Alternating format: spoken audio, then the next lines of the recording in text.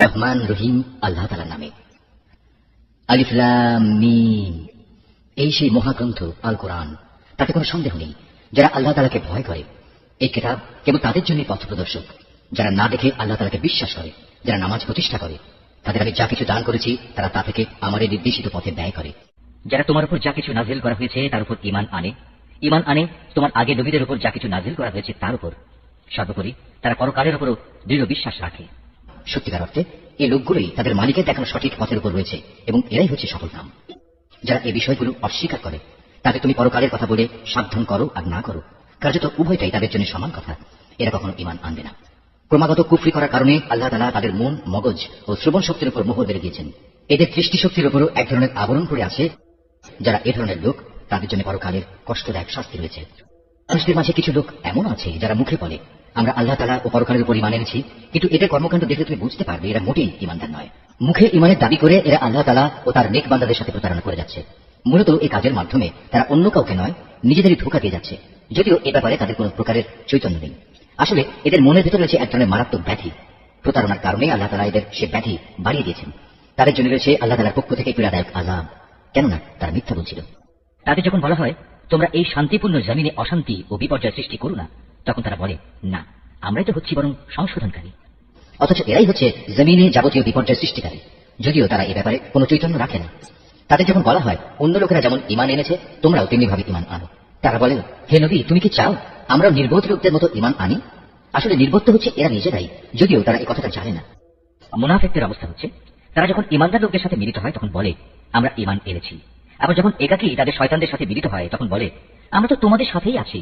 ঈমানের কথা বলে ওদের সাথে আমরা ঠাট্টা করছি মাত্র। মূলত আল্লাহ তাআলাই তাদের সাথে ঠাট্টা করে যাচ্ছেন। আল্লাহ তাআলাই তাদের অবকাশ দিয়ে রেখেছেন। তারা তাদের বিদ্রোহে বিভ্রান্তের ন্যায় ঘুরে বেড়াচ্ছে, জেনে বুঝে হিদায়াতের বিনিময়ে গোমরাহি কিনে দিয়েছে। তাদের এই ব্যবসাটা কিন্তু মোটেই লাভজনক হয়নি এবং এরা সঠিক পথের অনুসারীও নয়। এদের উদাহরণ হচ্ছে সে হতভাগ্য ব্যক্তির মতো, যে অন্ধকারে আগুন জ্বালাতে চাইল, যখন তা তার গোটা পরিবেশটাকে আলোকোজ্জ্বল করে দিল, তখন হঠাৎ করে আল্লাহ তাআলা তাদের কাছ থেকে আলোটুকু ছিনিয়ে নিলেন এবং তাদের এমন অন্ধকারে ফেলে রাখলেন যে তারা কিছুই দেখতে পেল না। এদের অবস্থা হচ্ছে এরা কানেও শোনে না, চোখেও দেখে না, মুখ দিয়ে কথাও বলতে পারে না। অতএব এসব লোক সঠিক পথের দিকে ফিরে আসবে না। বা এদের উদাহরণ হচ্ছে আসমান থেকে নেমে আসা বৃষ্টির মতো, এর মাঝে রয়েছে আবার অন্ধকার, মেঘের গর্জন ও বিদ্যুতের চমক। বিদ্যুৎ গর্জন ও মৃত্যুর ভয়ে এরা নিজেদের কানে নিজেদের আঙুল ঢুকিয়ে রাখে। এরা জানে না আল্লাহ তাআলা কাফিরদের সকল দিক থেকেই ঘিরে রেখেছেন, তাতে এদের অবস্থা নাজুক হয়ে পড়ে। মনে হয় এখনই বিদ্যুৎ এদের চোখ নিষ্প্রভ করে দেবে। এই আতঙ্কজনক অবস্থায় আল্লাহ তাআলা যখন এদের জন্য একটু আলো জ্বালিয়ে দেন, তখন এরা সেদিকে চলতে থাকে। আবার যখন তিনি তাদের উপর অন্ধকার চাপিয়ে দেন, তখন এরা একটু থমকে দাঁড়ায়। অথচ আল্লাহ তাআলা চাইলে সহজেই তাদের শোনার ও দেখার ক্ষমতা ছিনিয়ে নিতে পারতেন। নিশ্চয়ই তিনি সর্বশক্তিমান। হে মানুষ, তোমরা সেই মহান আল্লাহ তাআলার দাসত্ব স্বীকার করো, যিনি তোমাদের এবং তোমাদের আগে যারা ছিল তাদের সবাইকে পয়দা করেছেন। আশা করা যায় এর ফলে তোমরা যাবতীয় সংকট থেকে বেঁচে থাকতে পারবে। তিনি সে মহান সত্তা যিনি জমিনকে তোমাদের জন্য শয্যা বানালেন, আসমানকে বানালেন ছাদ এবং আসমান থেকে পানি পাঠালেন। তার সাহায্যে তিনি নানা প্রকারের ফলমূল উৎপাদন করে তোমাদের জীবিকার ব্যবস্থা করলেন। অতঃপর তোমরা জেনে বুঝে এসব কাজে আল্লাহ তাআলার সাথে কাউকে শরীক করো না। আর বান্দার উপর যে কিতাব নাজিল করেছি তার সত্যতার ব্যাপারে যদি তোমাদের কোনো সন্দেহ থাকে, তাহলে যাও তার মতো করে একটি সূরা তোমরাও রচনা করে নিয়ে এসো। এক আল্লাহ ছাড়া তোমাদের আর যেসব বন্ধু বান্ধব রয়েছে তাদেরও প্রয়োজনে সহযোগিতার জন্য ডাকো, যদি তোমরা তোমাদের দাবিতে সত্যবাদী হও। কিন্তু তোমরা যদি তা না করতে পারো, এবং আমি জানি তোমরা তা কখনোই করতে পারবে না, তাহলে তোমরা দোজখের সেই কঠিন আগুনকে ভয় করো, যার ইন্ধন হবে মানুষ ও পাথর। আল্লাহ তাআলাকে যারা অস্বীকার করে তাদের জন্য এটা প্রস্তুত করে রাখা হয়েছে। তখন যারা কিতাবের উপর ঈমান এনেছে এবং ভালো কাজ করেছে, তাদের তুমি হে নবী সুসংবাদ দাও এমন এক জান্নাতের, যার নিচ দিয়ে ঝর্ণা প্রবাহিত হতে থাকবে। যখনই তাদের এই জান্নাতের কোনো একটি ফল দেওয়া হবে, তখনই তারা বলবে এ ধরনের ফল তো ইতিপূর্বেও আমাদের দেওয়া হয়েছিল। তাদের মূলত এমনি ধরনের জিনিসই সেখানে দেওয়া হবে। তাদের জন্য আরো সেখানে থাকবে পবিত্র সহধর্মী এবং সহধর্মিনী, এবং তারা সেখানে অনন্তকাল ধরে অবস্থান করবে।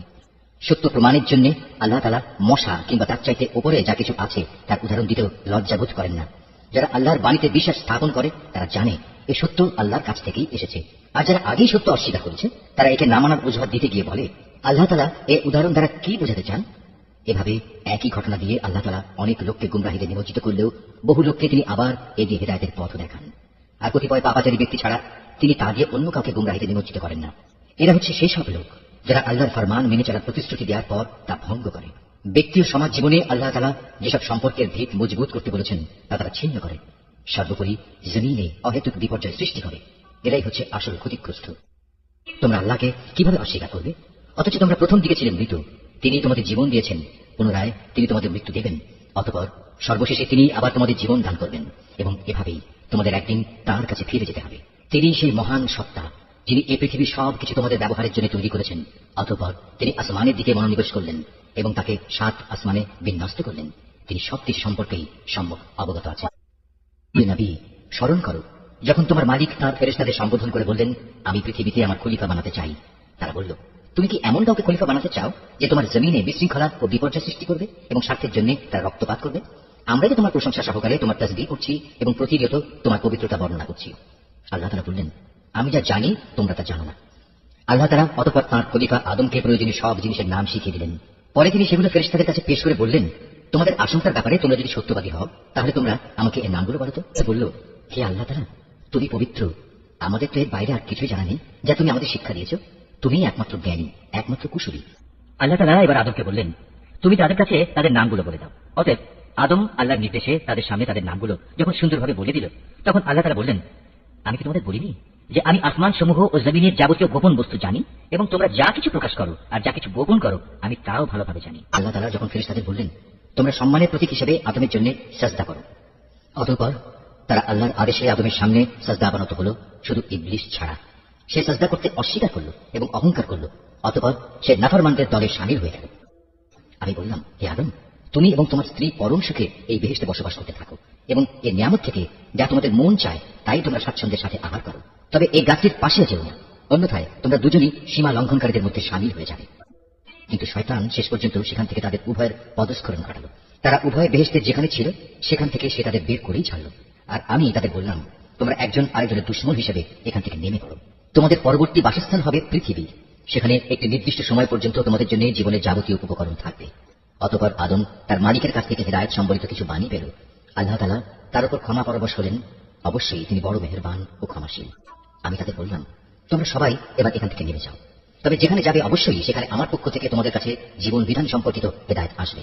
অতঃপর যে আমার সেই বিধান মেনে চলবে তার কোনো ভয় নেই, তাদের কোনো প্রকার উৎকণ্ঠিত হতে হবে না। আর যারা আমার বিধান অস্বীকার করবে এবং আমার আয়াতসমূহ মিথ্যা প্রতিপন্ন করে লাগামহীন জীবন যাপন করবে তারা অবশ্যই জাহান্নামের বাসিন্দা হবে। তারা সেখানে চিরদিন থাকবে। হে বনী ইসরাঈল জাতি, তোমাদের উপর আমি যেসব নিয়ামত দিয়েছি তোমরা সেগুলো স্মরণ করো। আমার আনুগত্যের প্রতিশ্রুতি তোমরা পূর্ণ করো। আমিও এর বিনিময়ে তোমাদের দুনিয়া ও আখিরাতের পুরস্কারের প্রতিশ্রুতি পূর্ণ করব এবং তোমরা একমাত্র আমাকেই ভয় করো। আমি মুহাম্মাদের কাছে যা কুরআন নাজিল করেছি তোমরা এর উপর ঈমান আনো, যা তোমাদের কাছে যা কিছু আছে তার সত্যায়নকারী। তোমরা কিছুতেই এর প্রথম অস্বীকারী হও না এবং বৈষয়িক স্বার্থে সামান্য মূল্যে আমার আয়াত বিক্রি করো না এবং তোমরা শুধু আমাকেই ভয় করো। তোমরা মিথ্যা দিয়ে সত্যকে পোশাক পরিয়ে দিও না এবং সত্যকে জেনে বুঝে লুকিয়েও রেখো না। তোমরা নামাজ প্রতিষ্ঠা করো, যাকাত আদায় করো। যারা আমার সামনে অবনত হয় তাদের সাথে মিলে তোমরাও আমার আনুগত্য স্বীকার করো। তোমরা কি মানুষদের ভালো কাজের আদেশ করো এবং নিজেদের জীবনে তা বাস্তবায়নের কথা ভুলে যাও? অথচ তোমরা সবাই আল্লাহর কিতাব পড়ো, কিন্তু কিতাবের এই কথা তোমরা কি বোঝো না? হে ঈমানদার ব্যক্তিরা, তোমরা সবর ও নামাজের মাধ্যমে আল্লাহর কাছে সাহায্য চাও। যাবতীয় হক আদায় করে নামাজ প্রতিষ্ঠা করা অবশ্যই একটা কঠিন কাজ, কিন্তু যারা আল্লাহকে ভয় করে তাদের কথা আলাদা। যারা জানে একদিন তাদের সবাইকে তাদের মালিকের সামনাসামনি হতে হবে এবং তাদের সবাইকে তার কাছে ফিরে যেতে হবে, তার জন্য এটা কঠিন কিছু নয়। হে বনী ইসরাঈল জাতি, তোমরা আমার সেই নিয়ামতের কথা স্মরণ করো যা আমি তোমাদের দান করেছি। আমার সেই নিয়ামতের মধ্যে একটি ছিল আমি তোমাদের সৃষ্টিকুলের উপর প্রাধান্য দিয়েছিলাম। হে ঈমানদার ব্যক্তিরা, তোমরা সেই দিনটিকে ভয় করো যেদিন একজন আরেকজনের কোনোই কাজে আসবে না। একজনের কাছ থেকে আরেকজনের পক্ষে কোনো সুপারিশও সেদিন গ্রহণ করা হবে না এবং কারো কাছ থেকে মুক্তিপণ নেওয়া কিংবা তা নিয়ে কাউকে ছেড়ে দেওয়া হবে না, না তাদের সেদিন কোন রকম সাহায্য করা হবে। স্মরণ করো যখন আমি তোমাদের ফেরাউনের লোকদের গোলামি থেকে মুক্তি দিয়েছিলাম। তারা তোমাদের উপর ভীষণ অত্যাচার করত। তারা নিকৃষ্ট ধরনের শাস্তি দ্বারা তোমাদের যন্ত্রণা দিত। তারা তোমাদের পুত্র সন্তানদের হত্যা করত এবং তোমাদের মেয়েদের তারা জীবিত রেখে দিত। তোমাদের মালিকের পক্ষ থেকে এটা তোমাদের জন্য বড় একটা পরীক্ষা নিহিত ছিল। আরো স্মরণ করো যখন আমি তোমাদের জন্য সমুদ্রকে দ্বিধা বিভক্ত করে দিয়েছিলাম। অতঃপর আমি তোমাদের সমূহ মৃত্যুর হাত থেকে বাঁচিয়ে দিয়েছিলাম এবং আমি ফেরাউন ও তার দলবলকে সমুদ্রে ডুবিয়ে দিয়েছিলাম, আর তোমরা তা তো নিজেরাই প্রত্যক্ষ করেছিলে। আরো স্মরণ করো যখন মুসাকে আমি বিশেষ একটি কাজে 40 রাত নির্ধারণ করে দিলাম। তার যাওয়ার পর তোমরা একটি বাছুরকে মাবুদ রূপে গ্রহণ করে নিলে। তোমরা এতে করে ভীষণ জুলুম করেছিলে। অতঃপর এই অপরাধ সত্ত্বেও আমি পুনরায় তোমাদের ক্ষমা করে দিয়েছি এই আশায় যে তোমরা আমার কৃতজ্ঞতা আদায় করবে। সে কথা স্মরণ করো যখন আমি মুসাকে কিতাব ও ন্যায় অন্যায়ের পরককারী একটি মানদণ্ড দান করেছি যাতে করে তোমরা হেদায়েতের পথে চলতে পারো। আরো স্মরণ করো মুসা যখন তার নিজ লোকদের কাছে এসে বলল, হে আমার জাতি, তোমরা আমার অবর্তমানে বাছুরকে মাবুদ হিসেবে গ্রহণ করে যে বড় রকমের জুলুম করেছো তার জন্য অবিলম্বে আল্লাহর দরবারে তওবা করো এবং তোমরা তোমাদের নিজেদের শিরকে অভিশপ্ত নফস সমূহকে হত্যা করো। এর মাঝেই আল্লাহর কাছে তোমাদের জন্য কল্যাণ রয়েছে। অতঃপর আল্লাহ তাআলা তোমাদের উপর ক্ষমা পরবশ হবেন, কারণ তিনি বড়ই ক্ষমাশীল ও অনুগ্রহকারী। তোমরা যখন বলেছিলে, হে মুসা, আমরা আল্লাহকে প্রত্যক্ষভাবে না দেখলে কখনো তার উপর ঈমান আনব না, তখন এর দৃষ্টতার শাস্তি হিসেবে মুহূর্তের মধ্যেই বজ্রের মতো এক গজব তোমাদের উপর নিপতিত হল, আর তোমরা তার দিকে চেয়েই থাকলে, কিছুই করতে পারলে না। অতঃপর এই ধ্বংসকর মৃত্যুর পর তোমাদের আমি পুনরায় জীবন দান করলাম, যাতে করে তোমরা আমার কৃতজ্ঞতা আদায় করতে পারো। আমি তোমাদের উপর মেঘের ছায়া দান করেছিলাম, মান এবং সালবা নামক খাবারও তোমাদের জন্য পাঠিয়েছিলাম। আমি তোমাদের বলেছিলাম, সেসব পবিত্র খাবার খাও যা আমি তোমাদের দিয়েছি, তা তোমরা উপভোগ করো। নিয়ামত অবজ্ঞা করে তারা আমার উপর কোনো অবিচার করেনি, বরং এর দ্বারা তারা নিজেরাই নিজেদের উপর জুলুম করেছে। স্মরণ করো, আমি যখন তোমাদের বলেছিলাম, তোমরা এই জনপদে ঢুকে পড়ো এবং তোমরা তার যেখান থেকে ইচ্ছা স্বাচ্ছন্দ্যে আহার করো, দম্ভ সহকারে প্রবেশ না করে মাথা নত করে ঢুকো। তোমরা ক্ষমার কথা বলবে, আমিও তোমাদের ভুল ত্রুটিসমূহ ক্ষমা করে দেব, এবং যারা ভালো কাজ করে আমি এভাবেই তাদের পাওনার অঙ্ক বাড়িয়ে দিই। সুস্পষ্ট হৃদায়ত সত্ত্বেও অতঃপর জালিমরা এমন কিছু ব্যাপার রদবদল করে ফেলল যা না করার জন্যই তাদের বলা হয়েছিল। আমিও এরপর যারা জুলুম করল তাদের উপর আসমান থেকে গজব নাজিল করলাম। মূলত এটা ছিল তাদের গুনার ফল। স্মরণ করো, যখন মুসা আমার কাছে তার জাতির লোকদের জন্য পানি চাইল, আমি তাকে বললাম, তোমার হাতের লাঠি দিয়ে তুমি এই পাথরে আঘাত করো। আঘাত করা মাত্রই সে পাথর থেকে 12টি পানির নহর উৎপন্ন হয়ে গেল। প্রত্যেক গোত্রই নিজ নিজ পানির ঘাট চিনে নিল। আমি বললাম, আল্লাহ দেয়া রিজিক থেকে তোমরা পানাহার করো, তবে কিছুতেই আমার জমিনে বিপর্যয় সৃষ্টি করে বেরিও না। করো, তোমরা যখন মুসাকে বলেছিলে, হে মুসা, প্রতিদিন একই ধরনের খাবারের উপর আমরা কিছুতেই আর ধৈর্য ধরতে পারবো না, তুমি তোমার মালিকের কাছে বলো যেন তিনি কিছু ভূমিজাত দ্রব্য, তরি তরকারি, পেঁয়াজ, রসুন, ভুট্টা, ডাল উৎপাদন করেন। সে বলল, তোমরা কি আল্লাহর পাঠানো এই উৎকৃষ্ট জিনিসের সাথে একটি তুচ্ছ ধরনের জিনিসকে বদলে নিতে চাও? যদি তাই হয়, তাহলে তোমরা অন্য কোনো শহরে সরে পড়ো, যেখানে তোমাদের এসব জিনিস যা তোমরা চাইবে তা অবশ্যই পাওয়া যাবে। আল্লাহ তাআলার আদেশ অমান্য করার ফলে শেষ পর্যন্ত অপমান ও দারিদ্র্য তাদের উপর ছেয়ে গেল। আল্লাহর গজব দ্বারা তারা আক্রান্ত হয়ে গেল। এটা এ কারণে যে এরা ক্রমাগত আল্লাহর আয়াতকে অস্বীকার করতে থাকলো এবং আল্লাহর নবীদের অন্যায়ভাবে হত্যা করতে থাকলো। আর এসব কিছু এজন্যই ছিল যে তারা আল্লাহর সাথে নাফরমানি ও সীমা লঙ্ঘন করছিল।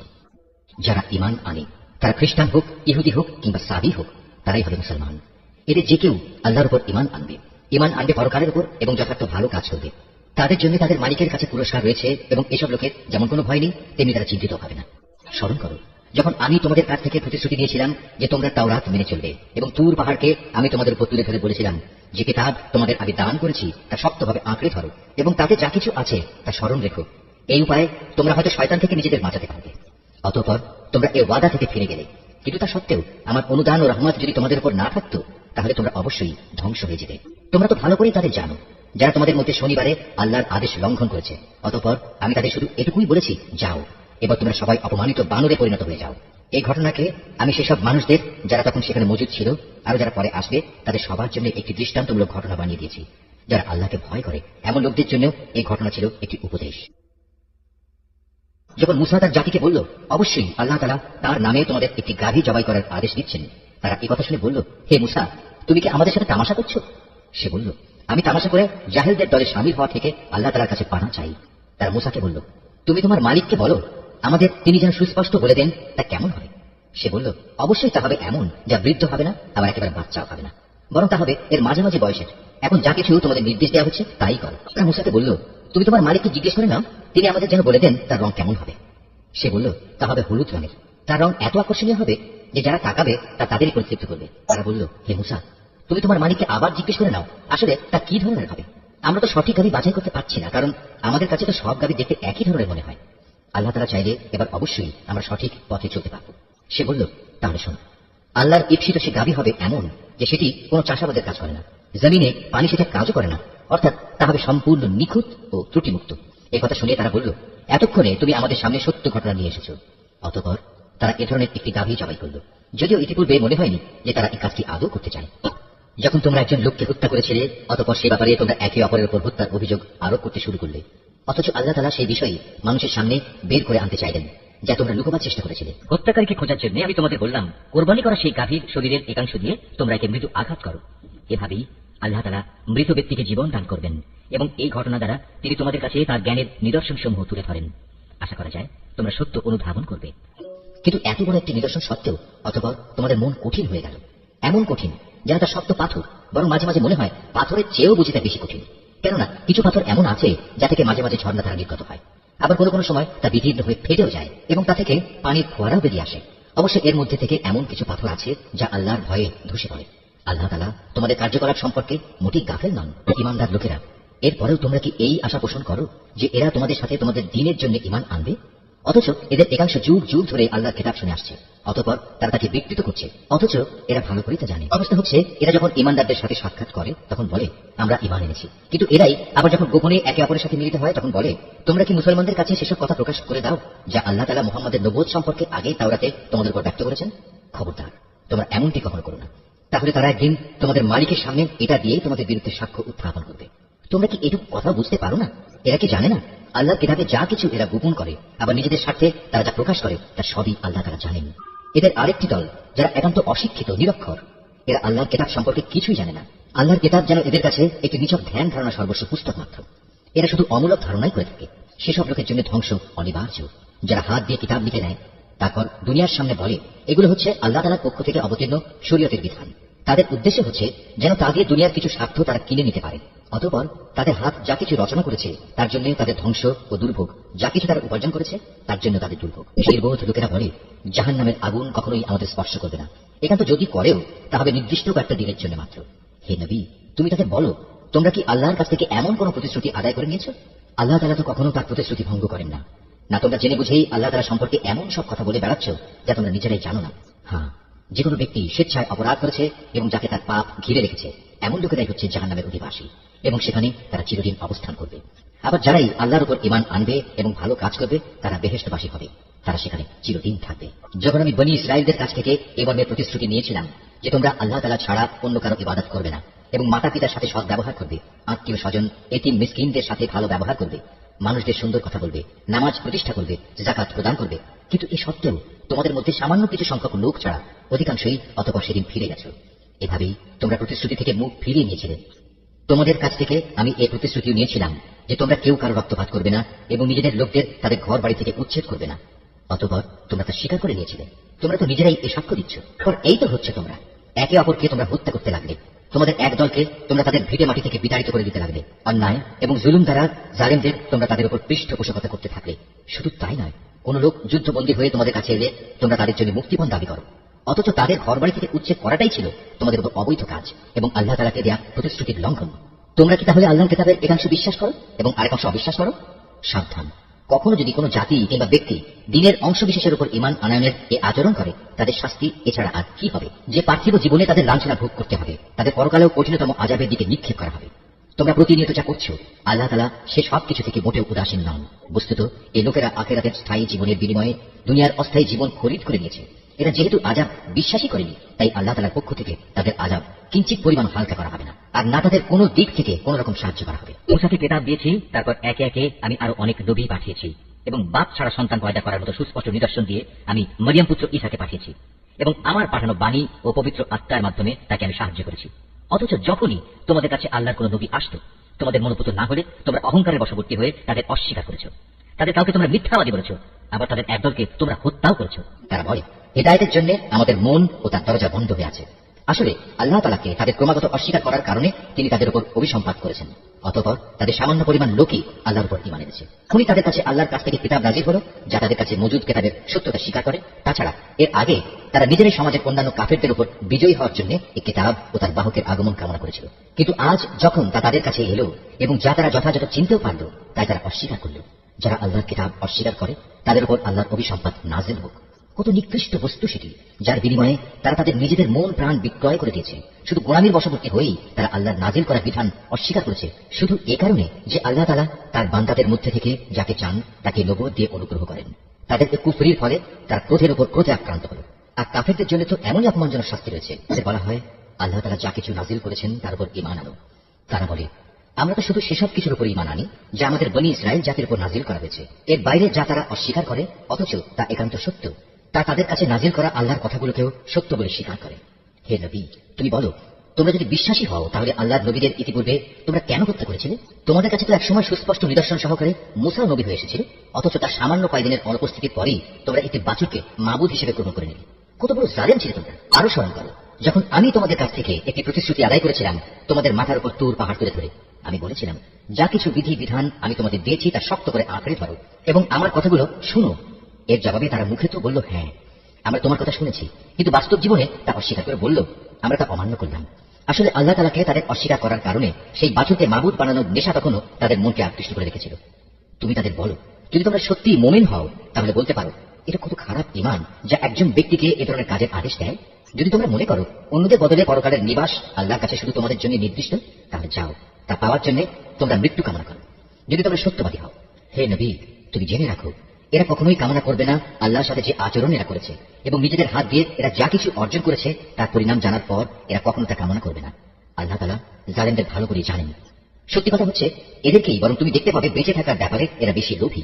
আল্লাহ তাআলার সাথে যারা শিরক করে, এ বনী ইসরায়েলের লোকেরা তাদের চেয়েও এক কদম অগ্রসর। এদের প্রত্যেক ব্যক্তি হাজার বছর জীবিত থাকতে চায়, কিন্তু যত দীর্ঘ জীবনী এদের দেয়া হোক না কেন, তা কখনো এদের তার অবশ্যম্ভাবী আযাব থেকে বাঁচাতে পারবে না। আল্লাহ তাআলা এদের যাবতীয় কাজকর্ম পুঙ্খানুপুঙ্খ পর্যবেক্ষণ করেন। হে নবী, তুমি বলো, কে সে ব্যক্তি যে জিবরাইলের শত্রু হতে পারে? অথচ সে তো আল্লাহর আদেশে আল্লাহর বাণীসমূহ তোমার অন্তঃকরণে নাজিল করে দেয়, তাও এমন এক বাণী যা তাদের কাছে মজুদ বিষয়সমূহের সত্যতা স্বীকার করে। সর্বোপরি এ হচ্ছে মোমেনদের জন্য সুসংবাদবাহী গ্রন্থ, যা আল্লাহর শত্রু তার বাণীবাহক ফেরেশতার ও নবী রাসূলের শত্রু জিবরাইলের ও মিকাইলের, তারা একদিন এ কথাটা বুঝতে পারবে। স্বয়ং আল্লাহ তাআলাই হচ্ছেন কাফেরদের বড় শত্রু।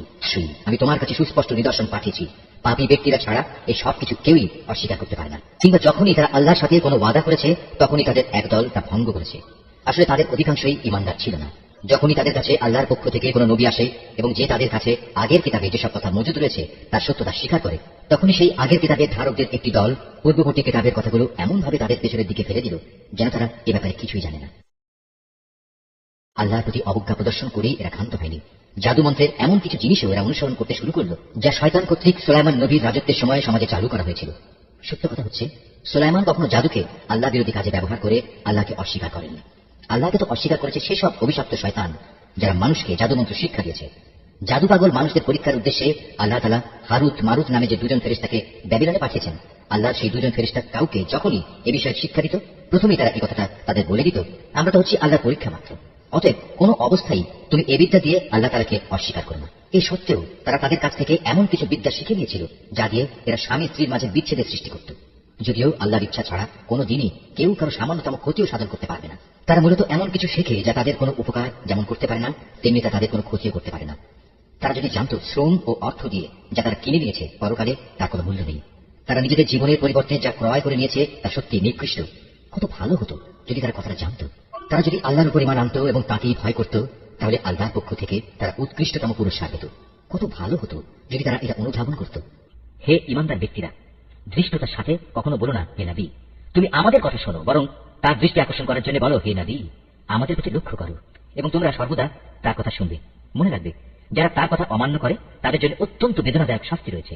আসলে এই আহলে কিতাব কিংবা যারা আল্লাহর সাথে প্রকাশ্য শিরক করে তারা কেউই এটা পছন্দ করে না যে তোমার কাছে তোমার মালিকের পক্ষ থেকে নবুয়তের মতো কোনো ভালো কিছু নাজিল হোক, কিন্তু তারা জানে না আল্লাহ তাআলা যাকে চান তাকে তার অনুগ্রহে বিশেষভাবে বেছে নেন। আল্লাহ তাআলা অত্যন্ত অনুগ্রহশীল। আমি যখন কোনো আয়াত বাতিল করে দেই বা বিশেষ কারণে মানুষদের তা ভুলিয়ে দিতে চাই, তখন তার জায়গায় তার চেয়ে উৎকৃষ্ট কিংবা তারই মতো কোনো আয়াত এনে হাজির করি। তুমি কি জানো না আল্লাহ তাআলা সবকিছুর উপর ক্ষমতাবান? তুমি কি জানো না আসমান সমূহ ও জমিনের সার্বভৌমত্ব একমাত্র আল্লাহ তাআলার জন্য নির্দিষ্ট? তিনি ছাড়া তোমাদের কোনো বন্ধু নেই, কোনো সাহায্যকারী নেই। তোমরা কি তোমাদের নবীর কাছে সেই ধরনের উদ্ভট প্রশ্ন করতে চাও যিনি তোমাদের আগে মুসাকে করা হয়েছিল? কেউ যদি ঈমানকে কুফরির সাথে বদল করে নেয়, অবশ্যই সে ব্যক্তি সোজা পথ থেকে গোমরা হয়ে যাবে। আহলে কিতাবদের অনেকেই বিদ্বেষের কারণে চাইবে যেভাবেই হোক তোমাদের ঈমানের আলোর বদলে আবার সেই কুফরের অন্ধকারে ফিরিয়ে নিতে। এমনকি সত্য তাদের কাছে স্পষ্ট হয়ে যাওয়ার পরও তারা এই পথ থেকে বিরত হবে না। অতএব তাদের ব্যাপারে আল্লাহর সিদ্ধান্ত আসা পর্যন্ত তোমরা ক্ষমার নীতি অবলম্বন করো এবং তাদের সাথে ভালো ব্যবহার করো। আল্লাহ তাআলা সব কিছুর উপর অবশ্যই ক্ষমতাশালী। তোমরা নামাজ প্রতিষ্ঠা করো এবং যাকাত আদায় করো, এর মাধ্যমে যেসব নেকি তোমরা আল্লাহর কাছে অগ্রিম পাঠাবে তার কাছে এর সবই তোমরা মজুদ পাবে। তোমরা যা কিছুই করো আল্লাহ তাআলা অবশ্যই এর সব কিছু দেখতে পান। তারা বলে ইহুদি ও খ্রিস্টান ছাড়া আর কেউই বেহেশতে যাবে না। আসলে এটা হচ্ছে তাদের মিথ্যা কল্পনা। তুমি হে নবী বলো, যদি তোমরা সত্যবাদী হও তাহলে তোমাদের দলিল প্রমাণ নিয়ে এসো। তবে হ্যাঁ, যে কোনো ব্যক্তি আল্লাহর সামনে নিজের সত্তাকে সমর্পণ করে দেবে এবং সে হবে অবশ্যই একজন নেককার মানুষ। তার জন্য তার মালিকের কাছে এর বিনিময় রয়েছে। তাদের কোনো ভয়ভীতি নেই, আর না সেদিন তাদের চিন্তান্বিত হতে হবে। ইহুদিরা বলে খ্রিস্টানরা কোনো কিছুর উপর প্রতিষ্ঠিত নয়, খ্রিস্টানরা বলে ইহুদিরা কোনো কিছুর উপর প্রতিষ্ঠিত নয়। অথচ এদের অবস্থা হচ্ছে এরা উভয়ই আল্লাহর কিতাব পাঠ করে, আদৌ আল্লাহর কিতাবের কোনো কিছুই জানে না। এমন লোকেরা আবার এদের উভয় সম্পর্কে একই ধরনের কথা বলে। তারা যে বিষয়ে মতবিরোধ করছে আল্লাহ তাআলা শেষ বিচারের দিনে সে বিষয়ে তাদের মাঝে মীমাংসা করে দেবেন। সে ব্যক্তির চেয়ে বড় জালেম আর কে আছে, যে ব্যক্তি আল্লাহর ঘর মসজিদে তার নাম স্মরণ করতে বাধা দেয় এবং তার ধ্বংস সাধনে সচেষ্ট হয়। এ ধরনের লোকদের বস্তুত তাতে ঢোকার কোনো যোগ্যতাই নেই।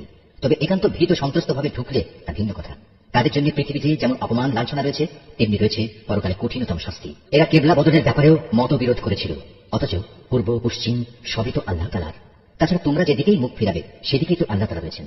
আল্লাহ তাআলা সর্বব্যাপী এবং জ্ঞানী।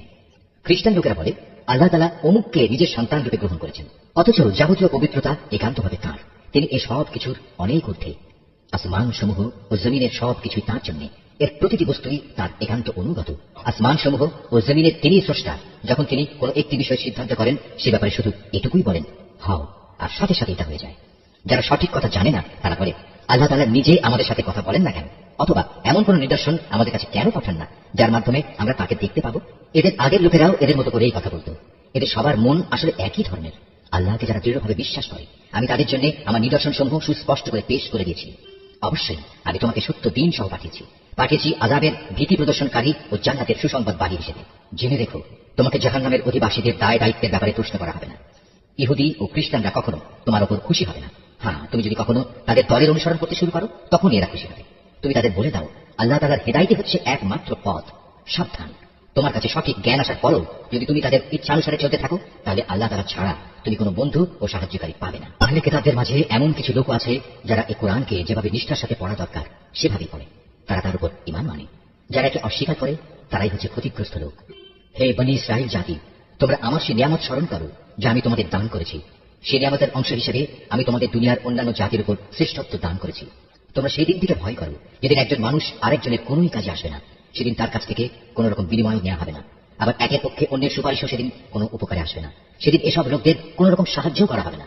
আরো স্মরণ করো যখন ইব্রাহিমকে তার রব কতিপয় বিষয়ে তার আনুগত্যের পরীক্ষা নিলেন, অতঃপর তা পুরোপুরি সে আদায় করল। আল্লাহ তাআলা বললেন, এবার আমি তোমাকে মানব জাতির জন্য নেতা বানাতে চাই। সে বলল, আমার ভবিষ্যৎ বংশধররা কি নেতা হিসেবে বিবেচিত হবে? আল্লাহ তাআলা বললেন, আমার প্রতিশ্রুতি জালেমদের কাছে পৌঁছবে না। আমি যখন মানুষদের মিলনস্থল ও নিরাপত্তার কেন্দ্র হিসেবে এই কাবা ঘরটি নির্মাণ করেছিলাম, আমি তাদের আদেশ দিয়েছিলাম তোমরা ইব্রাহিমের দাঁড়ানোর স্থানটিকে নামাজের স্থান হিসেবে গ্রহণ করো। আমি ইব্রাহিম ও ইসমাইলকে আদেশ দিয়েছিলাম যেন তারা আমার ঘর কাবাকে হজ ও ওমরার তাওয়াফকারীদের জন্য, আল্লাহর ইবাদতে আত্মনিয়োগকারীদের জন্য, সর্বোপরি তার নামে রুকু সেজদাকারীদের জন্য পবিত্র করে রাখে।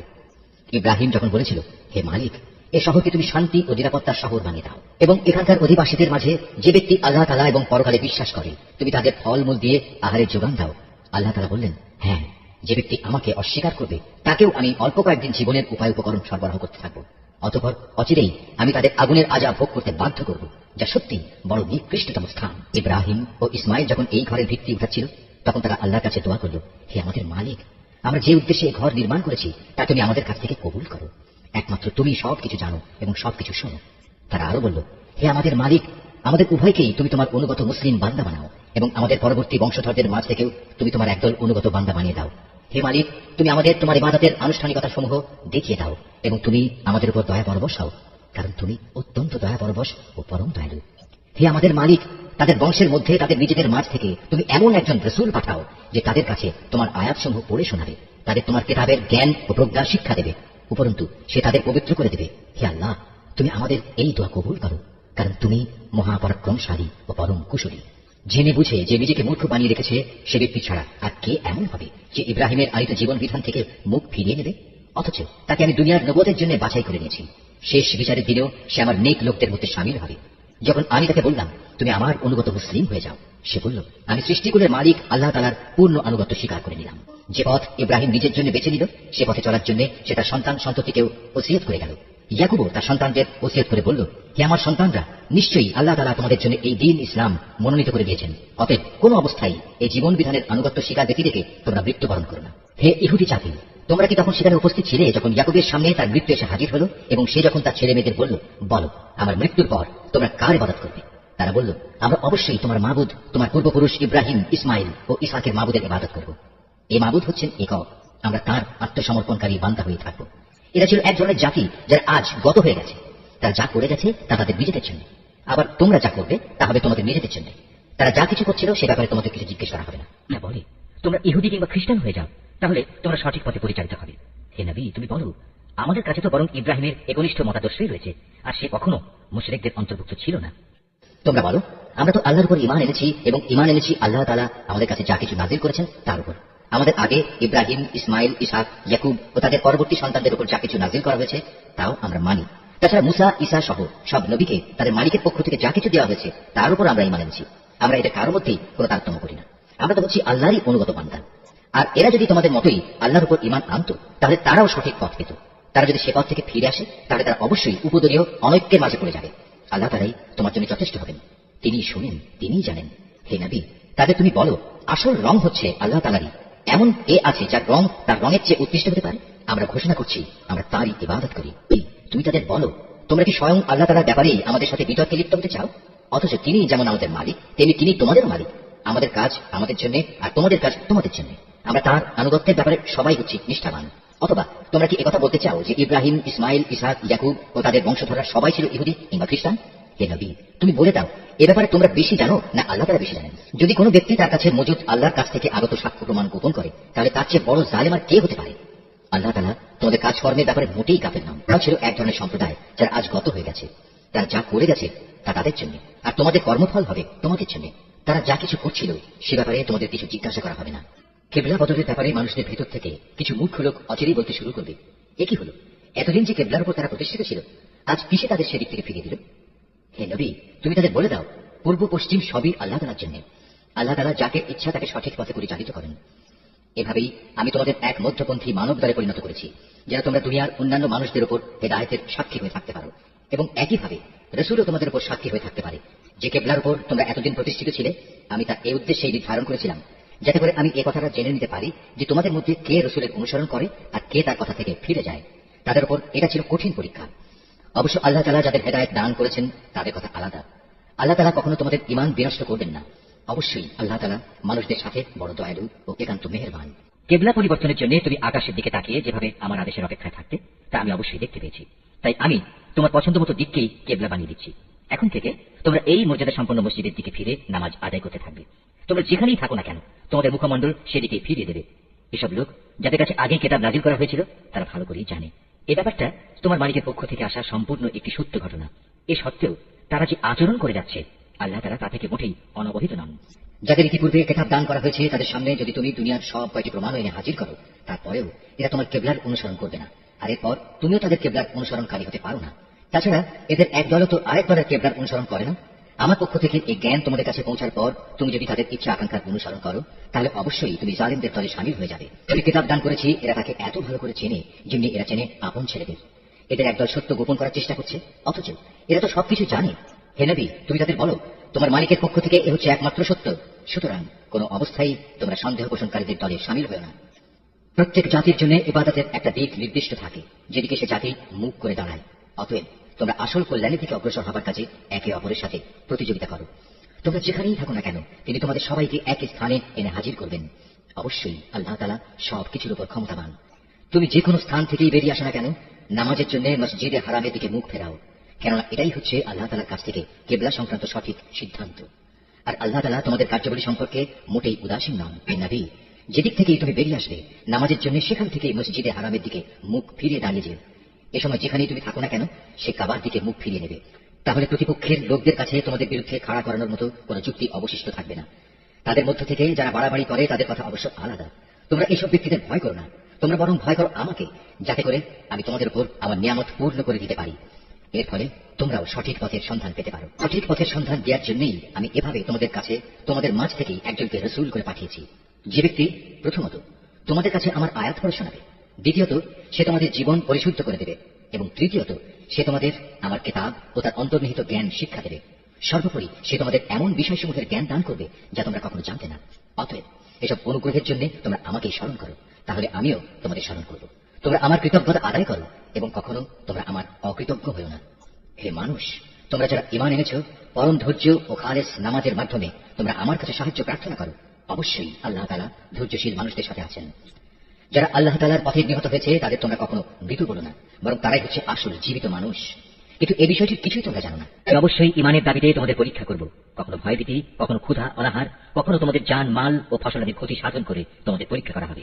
যারা ধৈর্যের সাথে এর মোকাবেলা করে তুমি সেই ধৈর্যশীলদের জান্নাতের সুসংবাদ দান করো। যখনই তাদের সামনে কোনো পরীক্ষা এসে হাজির হয় তখনই তারা বলে, আমরা তো আল্লাহর জন্যই, আমাদের তো একদিন আল্লাহর কাছে ফিরে যেতে হবে।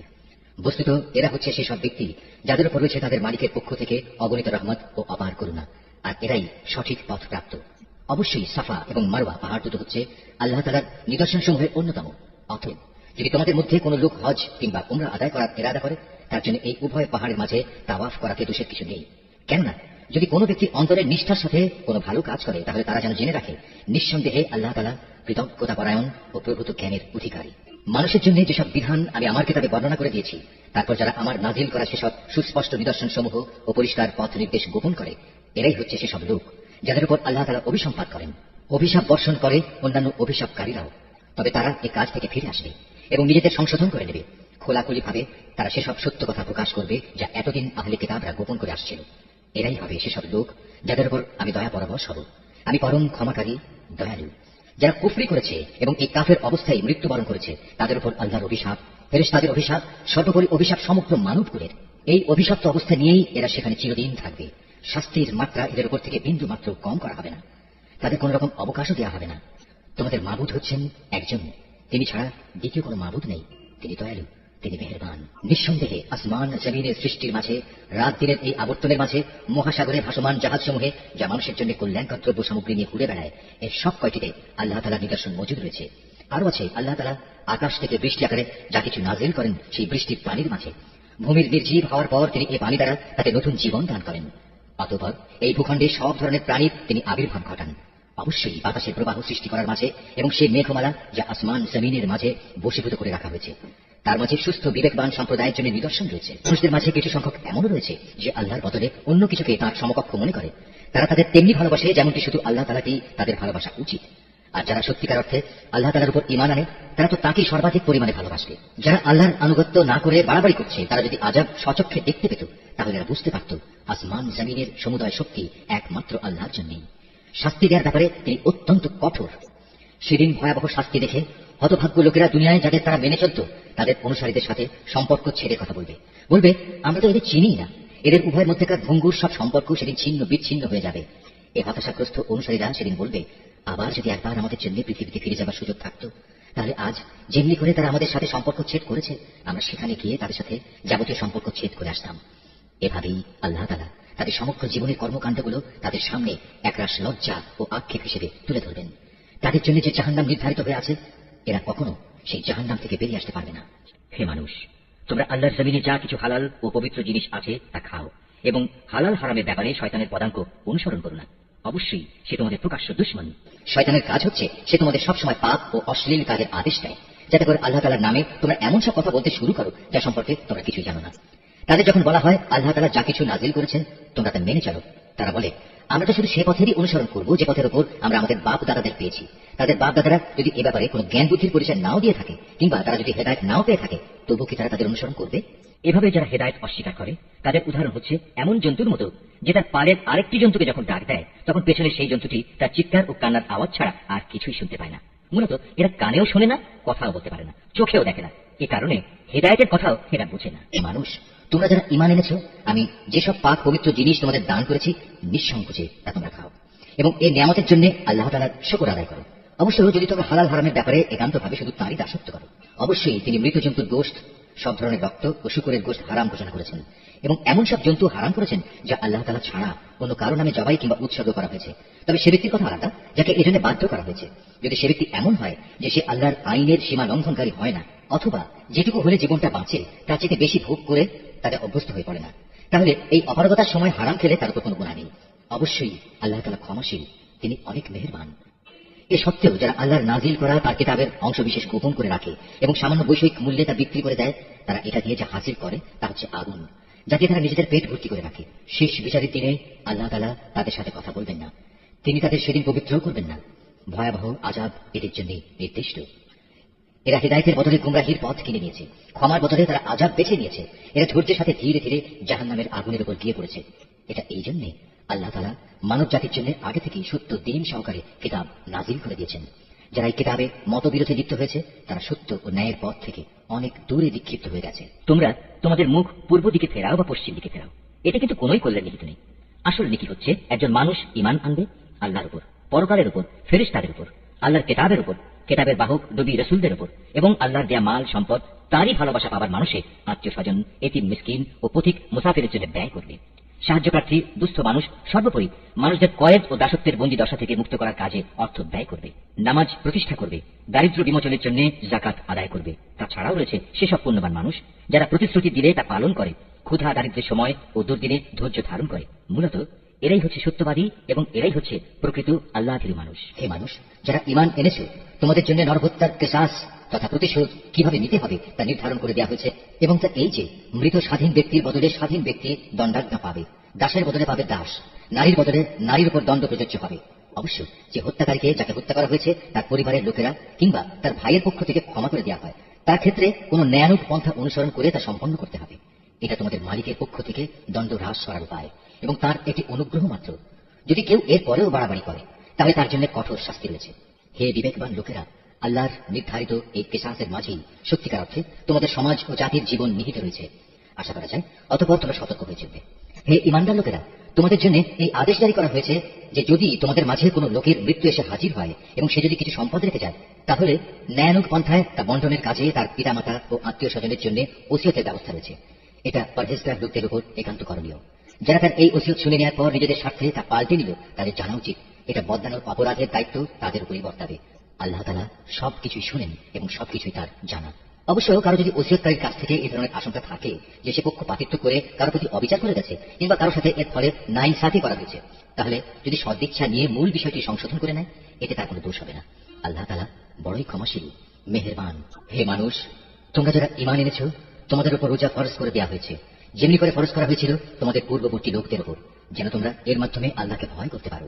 রোজা ফরজ করা হয়েছে কয়েকটি নির্দিষ্ট দিনের জন্য। তারপরেও কেউ যদি সে দিনগুলোতে অসুস্থ হয়ে যায় কিংবা কেউ যদি তখন সফরে থাকে, সে ব্যক্তি সমপরিমাণ দিনের রোজা সুস্থ হয়ে অথবা সফর থেকে ফিরে এসে আদায় করে নেবে। এরপরেও যাদের উপর রোজা একান্ত কষ্টকর হবে তাদের জন্য এর বিনিময়ে ফিদিয়া থাকবে, এবং তা হচ্ছে একজন গরিব ব্যক্তিকে তৃপ্তি করে খাবার দেয়া। অবশ্য যদি কোনো ব্যক্তি এর চাইতে বেশি দিয়ে ভালো কাজ করতে চায়, তাহলে এই অতিরিক্ত কাজ তার জন্য হবে একান্ত কল্যাণকর। তবে এই সময় তোমরা যদি রোজা রাখতে পারো তাই তোমাদের জন্য ভালো। তোমরা যদি রোজার উপকারিতা সম্পর্কে জানতে যে এতেই কল্যাণ রয়েছে। রোজার মাস এমন একটি মাস যাতে কোরআন নাজিল করা হয়েছে, আর এই কোরআন হচ্ছে মানব জাতির জন্য পথের দিশা, সৎ পথের সুস্পষ্ট নিদর্শন, মানুষদের জন্য হক বাতিলের পার্থক্যকারী। অতএব তোমাদের মধ্যে যে ব্যক্তি এ মাসটি পাবে সে এতে রোজা রাখবে। তবে যদি সে অসুস্থ হয়ে পড়ে কিংবা সফরে থাকে, সে পরবর্তী কোনো সময় গুনে গুনে সেই পরিমাণ দিন পূরণ করে নেবে। এ সুযোগ দিয়ে আল্লাহ তাআলা তোমাদের জীবন আসান করে দিতে চান। আল্লাহ তাআলা কখনোই তোমাদের জীবন কঠোর করে দিতে চান না। আল্লাহর উদ্দেশ্য হচ্ছে তোমরা যেন গুনে গুনে রোজার সংখ্যাগুলো পূরণ করতে পারো। আল্লাহ তাআলা তোমাদের কোরআনের মাধ্যমে জীবন যাপনের যে পদ্ধতি শিখিয়েছেন, তার জন্য তোমরা তার মাহাত্ম্য বর্ণনা করতে এবং তার কৃতজ্ঞতা আদায় করতে পারো। হে নবী, আমার কোনো বান্দা যখন তোমাকে আমার ব্যাপারে জিজ্ঞেস করে, তাকে তুমি বলে দিও আমি তার একান্ত কাছেই আছি। আমি আহ্বানকারীর ডাকে সাড়া দিই যখন সে আমাকে ডাকে। তাই তাদের উচিত আমার আহ্বানে সাড়া দেয়া এবং সম্পূর্ণভাবে আমার উপরে ঈমান আনা। আশা করা যায় এতে করে তারা সঠিক পথের সন্ধান পাবে। রোজার মাসের রাতের বেলায় তোমাদের স্ত্রীদের কাছে যৌন মিলনের জন্য যাওয়া তোমাদের জন্য হালাল করে দেওয়া হয়েছে, কারণ তোমাদের নারীরা যেমনি তোমাদের জন্য পোশাক স্বরূপ, ঠিক তোমরাও তাদের জন্য পোশাক সমতুল্য। আল্লাহ তাআলা এটা জানেন। রোজার মাসের রাতের বেলায় স্ত্রী সহবাসের ব্যাপারে তোমরা নানা ধরনের আত্মপ্রতারণার আশ্রয় নিচ্ছিলে, তাই তিনি তোমাদের উপর থেকে কড়াকড়ি শিথিল করে তোমাদের উপর দয়া করলেন এবং তোমাদের মাফ করে দিলেন। এখন তোমরা চাইলে তাদের সাথে সহবাস করতে পারো এবং এ ব্যাপারে আল্লাহ পাক তোমাদের জন্য যা বিধিবিধান কিংবা সন্তান লিখে রেখেছেন তা সন্ধান করো।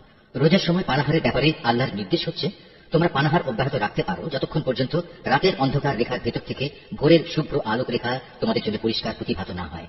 অতঃপর তোমরা রাতের আগমন পর্যন্ত রোজা পূর্ণ করে নাও। তবে মসজিদে যখন তোমরা ইতিকাফ অবস্থায় থাকবে তখন নারী সম্ভোগ থেকে বিরত থেকো। এই হচ্ছে আল্লাহ তাআলার নির্ধারিত সীমারেখা। অতএব তোমরা কখনো এর কাছে যেও না। এভাবেই আল্লাহ তাআলা তার যাবতীয় নিদর্শন মানুষদের জন্য বলে গিয়েছেন, যাতে করে তারা এ আলোকে আল্লাহ তাআলাকে ভয় করতে পারে। তোমরা একে অন্যের অর্থ সম্পদ অন্যায় অবৈধভাবে আত্মসাৎ করো না। আবার জেনে বুঝে অন্যায়ভাবে অন্যের সম্পদ ভোগ করার জন্য এর একাংশ বিচারকের সামনে ঘুষ কিংবা উপঢৌকন হিসেবেও পেশ করো না। নবী, তারা তোমাকে নতুন চাঁদগুলো ও তাদের বাড়া কমা সম্পর্কে জিজ্ঞেস করবে।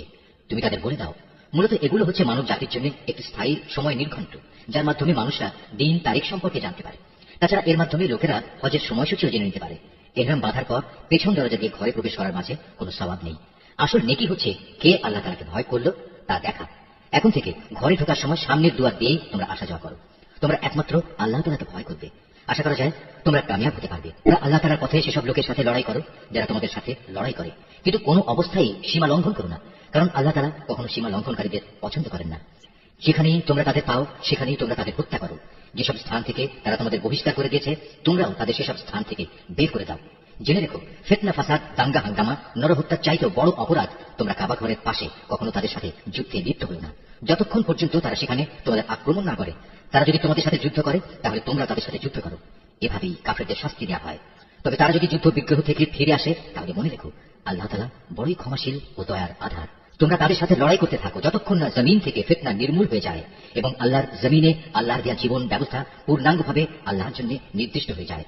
যদি তারা যুদ্ধ থেকে ফিরে আসে তবে তাদের সাথে আর কোনো বাড়াবাড়ি নয়। তবে হ্যাঁ, যারা নিজেরাই জালেম তাদের উপর এটা প্রযোজ্য নয়। একটি সম্মানিত মাসের বদলে একটি সম্মানিত মাস আশা করা যাবে। প্রয়োজনে এই সম্মানিত মাস সমূহেও প্রতিশোধ ব্যবস্থা বৈধ হবে। এ সময় যদি কেউ তোমাদের উপর হস্ত প্রসারিত করে তাহলে তোমরাও তাদের উপর তেমনি হস্ত প্রসারিত করে জবাব দাও। তবে সর্বদাই আল্লাহকে ভয় করতে থাকো। মনে রেখো, যারা অপরাধ থেকে বেঁচে থাকে আল্লাহ তাআলা তাদের সাথে রয়েছেন। আল্লাহর পথে অর্থ সম্পদ ব্যয় করো। অর্থ সম্পদ আঁকড়ে ধরে নিজেদের হাতেই নিজেদের ধ্বংসের অতলে নিক্ষেপ করো না, এবং তোমরা অন্য মানুষদের সাথে দয়া অনুগ্রহ করো। নিশ্চয়ই আল্লাহ তাআলা অনুগ্রহকারী ব্যক্তিদের ভালোবাসেন। আল্লাহ তাআলা সন্তুষ্টির জন্য হজ ও উমরা সম্পন্ন করো। পথে যদি তোমাদের কোথাও আটকে দেওয়া হয় তাহলে সেই স্থানেই কোরবানির জন্য যা কিছু সহজভাবে হাতের কাছে পাওয়া যায় তা দিয়েই কোরবানি আদায় করে নাও।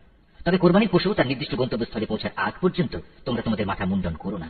যদি তোমাদের মধ্যে কোনো ব্যক্তি অসুস্থ হয়ে পড়ে অথবা যদি তার মাথায় কোনো রোগ থাকে যে কারণে আগেই তার মাথা মুন্ডন করা প্রয়োজন হয়ে পড়ে, তাহলে সে যেন এর বিনিময়ে ফিদিয়া আদায় করে, এবং তা হচ্ছে কিছু রোজা রাখা অথবা অর্থদান করা কিংবা কোরবানি আদায় করা। অতঃপর তোমরা যখন নিরাপদ হয়ে যাবে তখন তোমাদের কেউ যদি একসাথে হজ ও উমরা আদায় করতে চায় তার উচিত তার সাধ্য অনুযায়ী কোরবানি আদায় করা। যদি কোরবানি করার মতো কোনো পশু সে না পায় তাহলে সে যেন হজের সময়কালে 3টি এবং তোমরা যখন বাড়ি ফিরে আসবে তখন 7টি, সর্বমোট পূর্ণ 10টি রোজা রাখে। এই সুবিধাটুকু শুধু তাদের জন্য যাদের পরিবার পরিজন আল্লাহর ঘরের আশেপাশে বর্তমান নেই। তোমরা আল্লাহকেই ভয় করো। জেনে রেখো, আল্লাহ তাআলা কঠোর আযাব প্রদানকারী বটে। হজের মাসসমূহ একান্ত সুপরিচিত। সেই সময়গুলোর মধ্যে যে ব্যক্তি হজ আদায় করার মনস্থ করবে সে যেন জেনে রাখে, হজের ভেতর কোনো যৌন সম্ভোগ নেই, নেই কোনো অশ্লীল গালিগালাজ বা ঝগড়াঝাঁটি। আর যত ভালো কাজই তোমরা করো আল্লাহ তাআলা অবশ্যই তা জানেন। হজের নিয়ত করলে এর জন্য তোমরা পাথেয় জোগাড় করে নেবে, যদিও আল্লাহর ভয়টাই হচ্ছে মানুষের সর্বোৎকৃষ্ট পাথেয়। অতএব হে বুদ্ধিমান মানুষরা, তোমরা আমাকেই ভয় করো। হজের এই সময়গুলোতে যদি তোমরা আল্লাহর অনুগ্রহ তালাশ করতে গিয়ে কোনো অর্থনৈতিক ফায়দা হাসিল করতে চাও তাতে তোমাদের কোনোই দোষ নেই। অতঃপর তোমরা যখন আরাফাতের ময়দান থেকে ফিরে আসবে তখন মুজদালিফায় মাশআরে হারামের কাছে এসে আল্লাহকে স্মরণ করবে। ঠিক যেমনি করে আল্লাহ তাআলা তোমাদের তাকে ডাকার পথ বলে দিয়েছেন তেমনি করে তাকে স্মরণ করবে। ইতিপূর্বে তোমরা আসলেই পথভ্রষ্টদের দলে শামিল ছিলে। তারপর তোমরা সে স্থান থেকে ফিরে এসো যেখান থেকে অন্য হজ পালনকারী ব্যক্তিরা ফিরে আসে। নিজেদের ভুল ভ্রান্তির জন্য আল্লাহ তাআলার কাছে ক্ষমা প্রার্থনা করো। নিঃসন্দেহে আল্লাহ তাআলা গুনাহ খাতা মাফ করে দেন, তিনি বড়ই দয়ালু। যখন তোমরা তোমাদের হজের যাবতীয় আনুষ্ঠানিকতা শেষ করে নেবে তখন এখানে বসে আগের দিনে যেভাবে তোমরা তোমাদের পূর্বপুরুষদের গৌরবের কথা স্মরণ করতে তেমনি করে বরং তার চেয়ে বেশি পরিমাণে এখন আল্লাহকে স্মরণ করো। মানুষদের ভেতর থেকে একদল লোক বলে, হে আমাদের মালিক, সব ভালো জিনিস তুমি আমাদের এই দুনিয়াতেই দিয়ে দাও। বস্তুত যারা এ ধরনের কথা বলে তাদের জন্য পরকালে আর কোনো পাওনাই বাকি থাকে না। আবার এই মানুষদেরই আরেকদল বলে, হে আমাদের প্রতিপালক, এ দুনিয়ায়ও তুমি আমাদের কল্যাণ দান করো, পরকালেও তুমি আমাদের কল্যাণ দাও, সর্বোপরি তুমি আমাদের আগুনের আযাব থেকে নিষ্কৃতি দাও। এই ধরনের লোকদের তাদের নিজ নিজ উপার্জন মোতাবেক তাদের যথার্থ হিস্সা রয়েছে। আল্লাহ তাআলাই হচ্ছেন দ্রুত হিসাব গ্রহণকারী। হাতে গোনা হজের এই কয়টি দিনে বেশি পরিমাণে আল্লাহকে স্মরণ করো। হজের পর যদি কেউ তাড়াহুড়ো করে দুদিনের মধ্যে মিনা থেকে মক্কায় ফিরে আসে তাতে যেমন কোনো দোষ নেই, তেমনি যদি কোনো ব্যক্তি সেখানে আরো বেশি অপেক্ষা করতে চায় তাতেও কোনো দোষ নেই। এই নিয়ম হচ্ছে তার জন্য যে আল্লাহকে ভয় করেছে। তোমরা শুধু আল্লাহ তাআলাকে ভয় করো এবং জেনে রাখো একদিন তোমাদের তাঁর কাছেই জড়ো করা হবে। মানুষদের মাঝে এমন লোকও আছে পার্থিব জীবনে যার কথা তোমাকে খুবই উৎফুল্ল করবে। তার মনে যা কিছু আছে তার উপর সে আল্লাহ তাআলাকে সাক্ষী বানায়, কিন্তু এর প্রকৃত পরিচয় হচ্ছে সে ভীষণ ঝগড়াটে ব্যক্তি। আবার সে যখন আল্লাহর জমিনের কোথাও ক্ষমতার আসনে বসতে পারে তখন সে নানা প্রকারে অশান্তি সৃষ্টি করতে শুরু করে, জমিনের শস্যক্ষেত্র বিনাশ করে, জীবজন্তুর বংশ নির্মূল করতে চায়। মূলত আল্লাহ তাআলা কখনো বিপর্যয় সৃষ্টিকারী মানুষদের পছন্দ করেন না।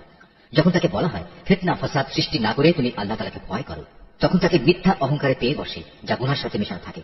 মূলত এ চরিত্রের লোকের জন্য জাহান্নামী যথেষ্ট, আর তা হচ্ছে একান্ত নিকৃষ্টতম ঠিকানা। মানুষদের ভেতর আবার এমন কিছু লোক রয়েছে যারা আল্লাহ তাআলার এতটুকু সন্তুষ্টি লাভের জন্য নিজের জীবন পর্যন্ত বিক্রি করে দেয়। আল্লাহ তাআলা এ ধরনের বান্দাদের প্রতি সত্যিই অনুগ্রহশীল।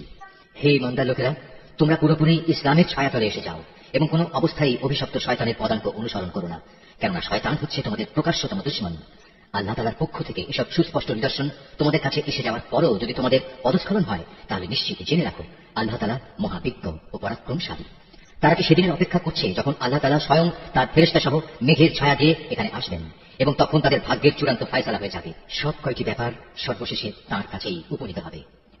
তুমি বনী ইসরাঈলদের জিজ্ঞেস করো, কি পরিমাণ সুস্পষ্ট নিদর্শন আমি তাদের দান করেছি। আমি তাদের বলেছি, যার কাছে হেদায়েতের নিয়ামত আসার পর সে নিজে তা বদলে ফেলে, তার জন্য আল্লাহ তাআলা কঠোর শাস্তি দানকারী। যারা আল্লাহ তাআলাকে অস্বীকার করেছে তাদের জন্য তাদের এই পার্থিব জীবনটা খুব লোভনীয় করে সাজিয়ে রাখা হয়েছে। এরা ইমানদার ব্যক্তিদের বিদ্রুপ করে, অথচ এই ইমানদার ব্যক্তি যারা আল্লাহ তাআলাকে ভয় করেছে, শেষ বিচারের দিন তাদের মর্যাদা এদের তুলনায় অনেক বেশি হবে। আল্লাহ তাআলা যাকে চান তাকে অপরিমিত রিজিক দান করেন। একসময় সব মানুষ একই উম্মতের অন্তর্ভুক্ত ছিল, পরে এরা নানা দলে উপদলে বিভক্ত হয়ে তাদের স্রষ্টাকেই ভুলে গেল। তখন আল্লাহ তাআলা সঠিক পথের অনুসারীদের সুসংবাদবাহী আর গুনাহগারদের জন্য আযাবের সতর্ককারী হিসেবে নবীদের পাঠালেন। তিনি সত্য সহ গ্রন্থ নাজিল করলেন, যেন তা মানুষদের এমন পারস্পরিক বিরোধ সমূহের চূড়ান্ত ফয়সালা করতে পারে যে ব্যাপারে তারা মতবিরোধ করে। তাদের কাছে সুস্পষ্ট হিদায়াত পাঠানো সত্ত্বেও তারা পারস্পরিক বিদ্রোহ ও বিদ্বেষ সৃষ্টির জন্য মতবিরোধ করেছে। অতঃপর আল্লাহ তাআলা তাদের সবাইকে স্বীয় ইচ্ছায় সেই সঠিক পথ দেখালেন, যার ব্যাপারে ইতিপূর্বে তাদের মধ্যে মতবিরোধ সৃষ্টি হয়েছিল। আল্লাহ তাআলা যাকে চান তাকে সঠিক পথ দেখান। তোমরা কি মনে করে নিয়েছো যে তোমরা এমনি এমনি বেহেশতে চলে যাবে? এখনো পূর্ববর্তী নবীদের অনুসারীদের বিপদের মতো কিছুই তোমাদের উপর নাজিল হয়নি। তাদের উপর বহু ধরনের বিপর্যয় ও সংকট এসেছে। কঠোর নির্যাতনে তারা নির্যাতিত হয়েছে, কঠিন নিপীড়নে তারা শিহরিত হয়ে উঠেছে। এমনকি স্বয়ং আল্লাহর নবী ও তার সঙ্গী সাথীরা অত্যাচারে অতিষ্ঠ হয়ে এক পর্যায়ে এই বলে আর্তনাদ করে উঠেছে, আল্লাহ তাআলার সাহায্য কবে আসবে? আল্লাহ তাআলা তার প্রিয়জনদের সান্ত্বনা দিয়ে বললেন, অবশ্যই আল্লাহ তাআলার সাহায্য অতি নিকটে। তারা তোমার কাছে জানতে চাইবে তারা কি কি খাতে খরচ করবে। তুমি তাদের বলে দাও, যা কিছুই তোমরা তোমাদের পিতামাতার জন্য, আত্মীয় স্বজনদের জন্য, এতিম অসহায় মিসকিনদের জন্য এবং মুসাফিরের জন্য খরচ করবে, তাই আল্লাহ তাআলা গ্রহণ করবেন। যা ভালো কাজ তোমরা করবে আল্লাহ তাআলা তা অবশ্যই জানতে পারবেন। সত্য প্রতিষ্ঠা ও অসত্য নির্মূল করার জন্য যুদ্ধ তোমাদের উপর ফরজ করে দেওয়া হয়েছে, আর এটাই তোমাদের ভালো লাগে না। কিন্তু তোমাদের জেনে রাখা উচিত, এমন কোন জিনিস তো থাকতে পারে যা তোমাদের ভালো লাগে না, অথচ তাই তোমাদের জন্য কল্যাণকর। আবার একইভাবে এমন কোন জিনিস যা তোমাদের খুবই ভালো লাগবে, কিন্তু পরিণামে তা হবে তোমাদের জন্য খুবই ক্ষতিকর। আল্লাহ তাআলাই সব চাইতে ভালো জানেন, তোমরা কিছুই জানো না। সম্মানিত মাস ও তাতে যুদ্ধ করা সম্পর্কে তারা তোমাকে জিজ্ঞেস করবে। তুমি তাদের বলে দাও, এই মাসে যুদ্ধ বিগ্রহ করা অনেক বড় গুনার কথা, কিন্তু আল্লাহর কাছে এর চাইতে বড় গুনাহ হচ্ছে আল্লাহর পথ থেকে মানুষদের ফিরিয়ে রাখা, আল্লাহকে অস্বীকার করা, খানায় কাবার দিকে যাওয়ার পথ রোধ করা ও সেখানকার অধিবাসীদের সেখান থেকে বের করে দেওয়া। আর আল্লাহ দ্রোহিতার ফিতনা, ফাসাদ, হত্যাকাণ্ডের চাইতেও অনেক বড় অন্যায়। এ কারণেই এরা তোমাদের সাথে এই মাসসমূহে লড়াই বন্ধ করে দেবে বলে তুমি ভেবো না। তারা তো পারলে বরং তোমাদের সবাইকে তোমাদের ইসলামী জীবন বিধান থেকেও ফিরিয়ে দিতে চাইবে। যদি তোমাদের কোনো ব্যক্তি তার দিন থেকে ফিরে যায়, অতঃপর সে মৃত্যু মুখে পতিত হয় এমন অবস্থায় যে সে সুস্পষ্ট কাফের ছিল, তাহলে তারাই হবে সে লোক যাদের যাবতীয় কর্মকাণ্ড দুনিয়া আখিরাতে বিফলে যাবে, আর এরাই হবে জাহান্নামের অধিবাসী। সেখানে তারা চিরদিন থাকবে। যারা ঈমান এনেছে, যারা হিজরত করেছে এবং আল্লাহর পথে জিহাদ করেছে, তারাই আল্লাহ তাআলার পক্ষ থেকে অনুগৃহীত হবার আশা করতে পারে। আল্লাহ তাআলা ক্ষমাশীল, অত্যন্ত দয়ালু। এরা তোমাকে মদ ও জুয়া সম্পর্কে জিজ্ঞেস করবে। তুমি তাদের বলে দাও, এই দুটো জিনিসের মধ্যে অনেক বড় ধরনের পাপ রয়েছে। যদিও মানুষের জন্য এর কিছু কিছু ব্যবসায়িক উপকারিতাও রয়েছে, কিন্তু এই উভয় ধ্বংসকারী গুনাহ তার ব্যবসায়িক উপকারিতার চাইতে অনেক বেশি। তারা তোমাকে এও জিজ্ঞেস করে তারা নেক কাজে কি কি খরচ করবে। তুমি তাদের বলো, দৈনন্দিন প্রয়োজন পূরণের পর যা অতিরিক্ত তাই। আল্লাহ তাআলা এভাবে তোমাদের জন্য তার আয়াতসমূহ খুলে খুলে বলে দেন, যাতে করে তোমরা এ নিয়ে চিন্তা ভাবনা করতে পারো। এই নির্দেশ তোমাদের ইহকাল ও পরকালের কল্যাণের জন্যই। তোমাকে তারা এতিমদের ব্যাপারে জিজ্ঞেস করবে। তুমি বলো, তাদের জন্য গৃহীত সব পন্থাই উত্তম, যদি তোমরা তোমাদের ধন সম্পদ তাদের সাথে মিশিয়ে ফেলো, তাতে কোনো দোষ নেই, কারণ তারা তো তোমাদেরই ভাই। আর আল্লাহ তাআলা এটা ভালো করেই জানেন কে ন্যায়ানুক পন্থায় আছে আর কে ফাসাদি স্বভাবের লোক। আল্লাহ তাআলা চাইলে এ ব্যাপারে আরো অধিক কড়াকড়ি আরোপ করতে পারতেন। নিঃসন্দেহে আল্লাহ তাআলা ক্ষমতাবান এবং কুশলীও। তোমরা কখনো কোনো মুশরিক নারী বিয়ে করো না, যতক্ষণ না তারা ঈমান আনে। মনে রেখো, একজন মুসলমান দাসীও একজন ঐতিহ্যবাহী মুশরিক নারীর চাইতে উত্তম, যদিও এই মুশরিক নারীটি তোমাদের বেশি ভালো লাগে। হে মুসলিম মহিলারা, তোমরা কখনো কোনো মুশরিক পুরুষদের বিয়ে করো না, যতক্ষণ না তারা আল্লাহর উপর ঈমান আনে। কেননা একজন ঈমানদার দাসও একজন উঁচু খানদানের মুশরিক ব্যক্তির চাইতে ভালো, যদিও এই মুশরিক ব্যক্তিটি তোমাদের ভালো লাগে। আসলে এরা তোমাদের জাহান্নামের আগুনের দিকে ডেকে নেবে। আর আল্লাহ তাআলা হামেশাই তার মুমিন বান্দাদের তার আদেশ বলে জান্নাত ও ক্ষমার দিকে আহ্বান জানান, এবং এজন্য তিনি তার আয়াতসমূহ মানুষদের কাছে স্পষ্ট করে বর্ণনা করেন, যাতে করে তারা উপদেশ গ্রহণ করতে পারে। হে নবী, তারা তোমার কাছ থেকে মহিলাদের মাসিক ঋতুকাল ও এ সময় তাদের সাথে দৈহিক মিলন সম্পর্কে জানতে চাইবে। তুমি তাদের বলো, আসলে মহিলাদের এই সময়টা হচ্ছে একটি অপবিত্র ও কষ্টকর অবস্থা। কাজেই ঋতুস্রাবকালে তাদের সঙ্গ বর্জন করবে এবং তোমরা দৈহিক মিলনের জন্য তাদের কাছে যেও না, যতক্ষণ না তারা পুনরায় পবিত্র হয়। অতঃপর তারা যখন পুরো পাক সাফ হয়ে যায়, তখন তোমরা তাদের কাছে যাও। দৈহিক মিলনের যে পদ্ধতি আল্লাহ তাআলা শিখিয়ে দিয়েছেন সেভাবে যাবে। আল্লাহ তাআলা অবশ্যই সেসব লোকদের ভালোবাসেন যারা আল্লাহর দিকেই ফিরে আসে এবং যারা পাক পবিত্রতা অবলম্বন করে। তোমাদের স্ত্রীরা হচ্ছে তোমাদের জন্য সন্তান উৎপাদনের ফসল ক্ষেত্র। তোমরা তোমাদের এই ফসল ক্ষেত্রে যেভাবে ইচ্ছা সেভাবেই গমন করো। তোমরা সময় থাকতে নিজেদের জন্য কিছু অগ্রিম নেক আমল পাঠিয়ে দাও। তোমরা আল্লাহকে ভয় করো। জেনে রেখো, একদিন তোমাদের সবাইকে তাঁর সামনাসামনি হতে হবে। মোমিনদের তুমি পুরস্কারের সুসংবাদ দান করো। তোমরা তোমাদের এমন শপথের জন্য আল্লাহর নামকে কখনো ঢাল হিসাবে ব্যবহার করবে না, যার মাধ্যমে ভালো কাজ করা, আল্লাহ তাআলাকে ভয় করা এবং মানুষদের মাঝে শান্তি শৃঙ্খলা প্রতিষ্ঠা করার কাজ থেকে তোমরা দূরে থাকবে। কারণ আল্লাহ তাআলা তোমাদের সবকিছুই শোনেন এবং সব কথাই তিনি জানেন। আল্লাহ তাআলা তোমাদের নিরর্থক শপথের জন্য কখনো পাকড়াও করবেন না, তবে তিনি অবশ্যই সেসব শপথের ব্যাপারে তোমাদের জিজ্ঞাসাবাদ করবেন, যা তোমরা আন্তরিকভাবে সম্পন্ন করো। বস্তুত আল্লাহ তাআলা বড় ক্ষমাশীল ও ধৈর্যশীল। যেসব লোক নিজ স্ত্রীদের কাছে যাবে না বলে কসম করেছে, তাদের এ ব্যাপারে মনস্থির করার জন্য 4 মাসের অবকাশ রয়েছে। এ সময়ের ভেতর যদি তারা তাদের কসম থেকে ফিরে আসে, তাহলে জেনে রেখো আল্লাহ তাআলা ক্ষমাশীল ও দয়াবান। আর তারা যদি এ সময়ের ভেতর তালাক দেওয়ার সিদ্ধান্ত করে, তাহলে তারা যেন জেনে রাখে আল্লাহ তাআলা সব শোনেন, জানেন। তালাকপ্রাপ্তা মহিলারা যারা 3টি মাসিক ঋতু অথবা ঋতু থেকে পবিত্র থাকার 3টি মুদ্দাত পর্যন্ত নিজেদের পুনরায় বিয়ের বন্ধন থেকে দূরে রাখে, তাদের গর্ভে আল্লাহ তাআলা যা কিছু সৃষ্টি করেছেন তা গোপন করা কোনো অবস্থায় তাদের পক্ষে ন্যায়সঙ্গত হবে না, যদি তারা আল্লাহর উপর এবং পরকালের উপর ঈমান আনে। এই সময়ের ভেতর তাদের ফিরিয়ে নেওয়ার ব্যাপারে তাদের স্বামীরা অবশ্য বেশি অধিকারী, যদি তারা উভয় পরস্পর মিলেমিশে চলতে চায়। পুরুষদের উপর নারীদের যেমন ন্যায়ানুগ অধিকার রয়েছে, তেমনি রয়েছে নারীদের উপর পুরুষের অধিকার। পারিবারিক ভরণ পোষণের দায়িত্বের কারণে তাদের উপর পুরুষের মর্যাদা একমাত্রা বেশি রয়েছে। আল্লাহ তাআলা বিপুল ক্ষমতার মালিক, তিনি পরম কুশলী। তালাক 2 বার মাত্র উচ্চারণ করা যেতে পারে। 3য়বারের আগেই হয় সম্মান মর্যাদার সাথে তাকে ফিরিয়ে আনতে হবে, অথবা সহৃদয়তার সাথে তাকে চলে যেতে দেবে। তোমাদের জন্য এটা কোনো অবস্থায় ন্যায়সঙ্গত নয় যে বিয়ের আগে যা কিছু তোমরা তাদের দিয়েছো তা তাদের থেকে ফিরিয়ে নেবে। তবে আল্লাহ নির্দিষ্ট সীমারেখার ভেতরে থেকে স্বামী স্ত্রী একত্রে জীবন কাটাতে পারবে না এমন আশঙ্কা যদি দেখা দেয়, তখন আলাদা হয়ে যাওয়াটাই উত্তম। এমন অবস্থায় যদি তোমাদের ভয় হয় যে এরা আল্লাহর বিধানের গণ্ডির ভেতর থাকতে পারবে না, তাহলে স্ত্রী যদি স্বামীকে কিছু বিনিময় দেয় এবং তা দিয়ে বিচ্ছেদ ঘটিয়ে নেয়, তাহলে তাদের উভয়ের উপর এটা কোনো দূষণীয় বিষয় হবে না। জেনে রাখো, এটা হচ্ছে আল্লাহর নির্ধারিত সীমারেখা, তা কখনো অতিক্রম করো না। আর যারা আল্লাহর দেয়া সীমারেখা লঙ্ঘন করে, তার হচ্ছে সুস্পষ্ট জালেম। যদি সে তাকে তালাক দিয়েই দেয়, তাহলে তারপর এ স্ত্রী তার জন্য আর বৈধ হবে না। হ্যাঁ, যদি তাকে অপর কোনো স্বামী বিয়ে করে এবং নিয়ম মাফিক তাকে তালাক দেয় এবং পরবর্তী পর্যায়ে তারা যদি সত্যি মনে করে তারা এখন স্বামী স্ত্রীর অধিকার সম্পর্কে আল্লাহর সীমারেখা মেনে চলতে পারবে, তাহলে পুনরায় বিয়ে বন্ধনে ফিরে আসাতে তাদের উপর কোনো দোষ নেই। এটা হচ্ছে আল্লাহর বেঁধে দেওয়া সীমারেখা। যারা এ সম্পর্কে অবগত আছে, আল্লাহ তাআলা তাদের জন্য এই নির্দেশ সুস্পষ্ট করে পেশ করেন। যখন তোমরা স্ত্রীদের তালাক দাও এবং তারা যখন তাদের অপেক্ষার সময় ইদ্দত পূর্ণ করে নেয়, তখন হয় মর্যাদার সাথে তাদের ফিরিয়ে আনো, নতুবা ভালোভাবে তাদের বিদায় করে দাও। শুধু কষ্ট দেওয়ার উদ্দেশ্যে কখনো তাদের আটকে রেখো না, এতে তোমরা আল্লাহর নির্ধারিত সীমারেখাই লঙ্ঘন করবে। আর যে ব্যক্তি এমন কাজ করে, সে প্রকারান্তরে নিজের উপরই জুলুম করে। সাবধান, আল্লাহর নির্দেশসমূহকে কখনো হাসি তামাশার বস্তু মনে করো না। স্মরণ করো, তোমরা ছেলে অজ্ঞ। আল্লাহ তাআলা তোমাদের উপর হেদায়েতের বাণী পাঠিয়ে নিয়ামত দান করেছেন। শুধু তাই নয়, তিনি তোমাদের জন্য জ্ঞান ও যুক্তিপূর্ণ কিতাব নাজিল করেছেন, যা তোমাদের দৈনন্দিন জীবনের নিয়ম কানুন বাতলে দেয়। অতএব তোমরা আল্লাহকে ভয় করো এবং জেনে রাখো, তিনি তোমাদের যাবতীয় কাজকর্ম সম্পর্কে সম্পূর্ণ ওয়াকিবহাল রয়েছেন।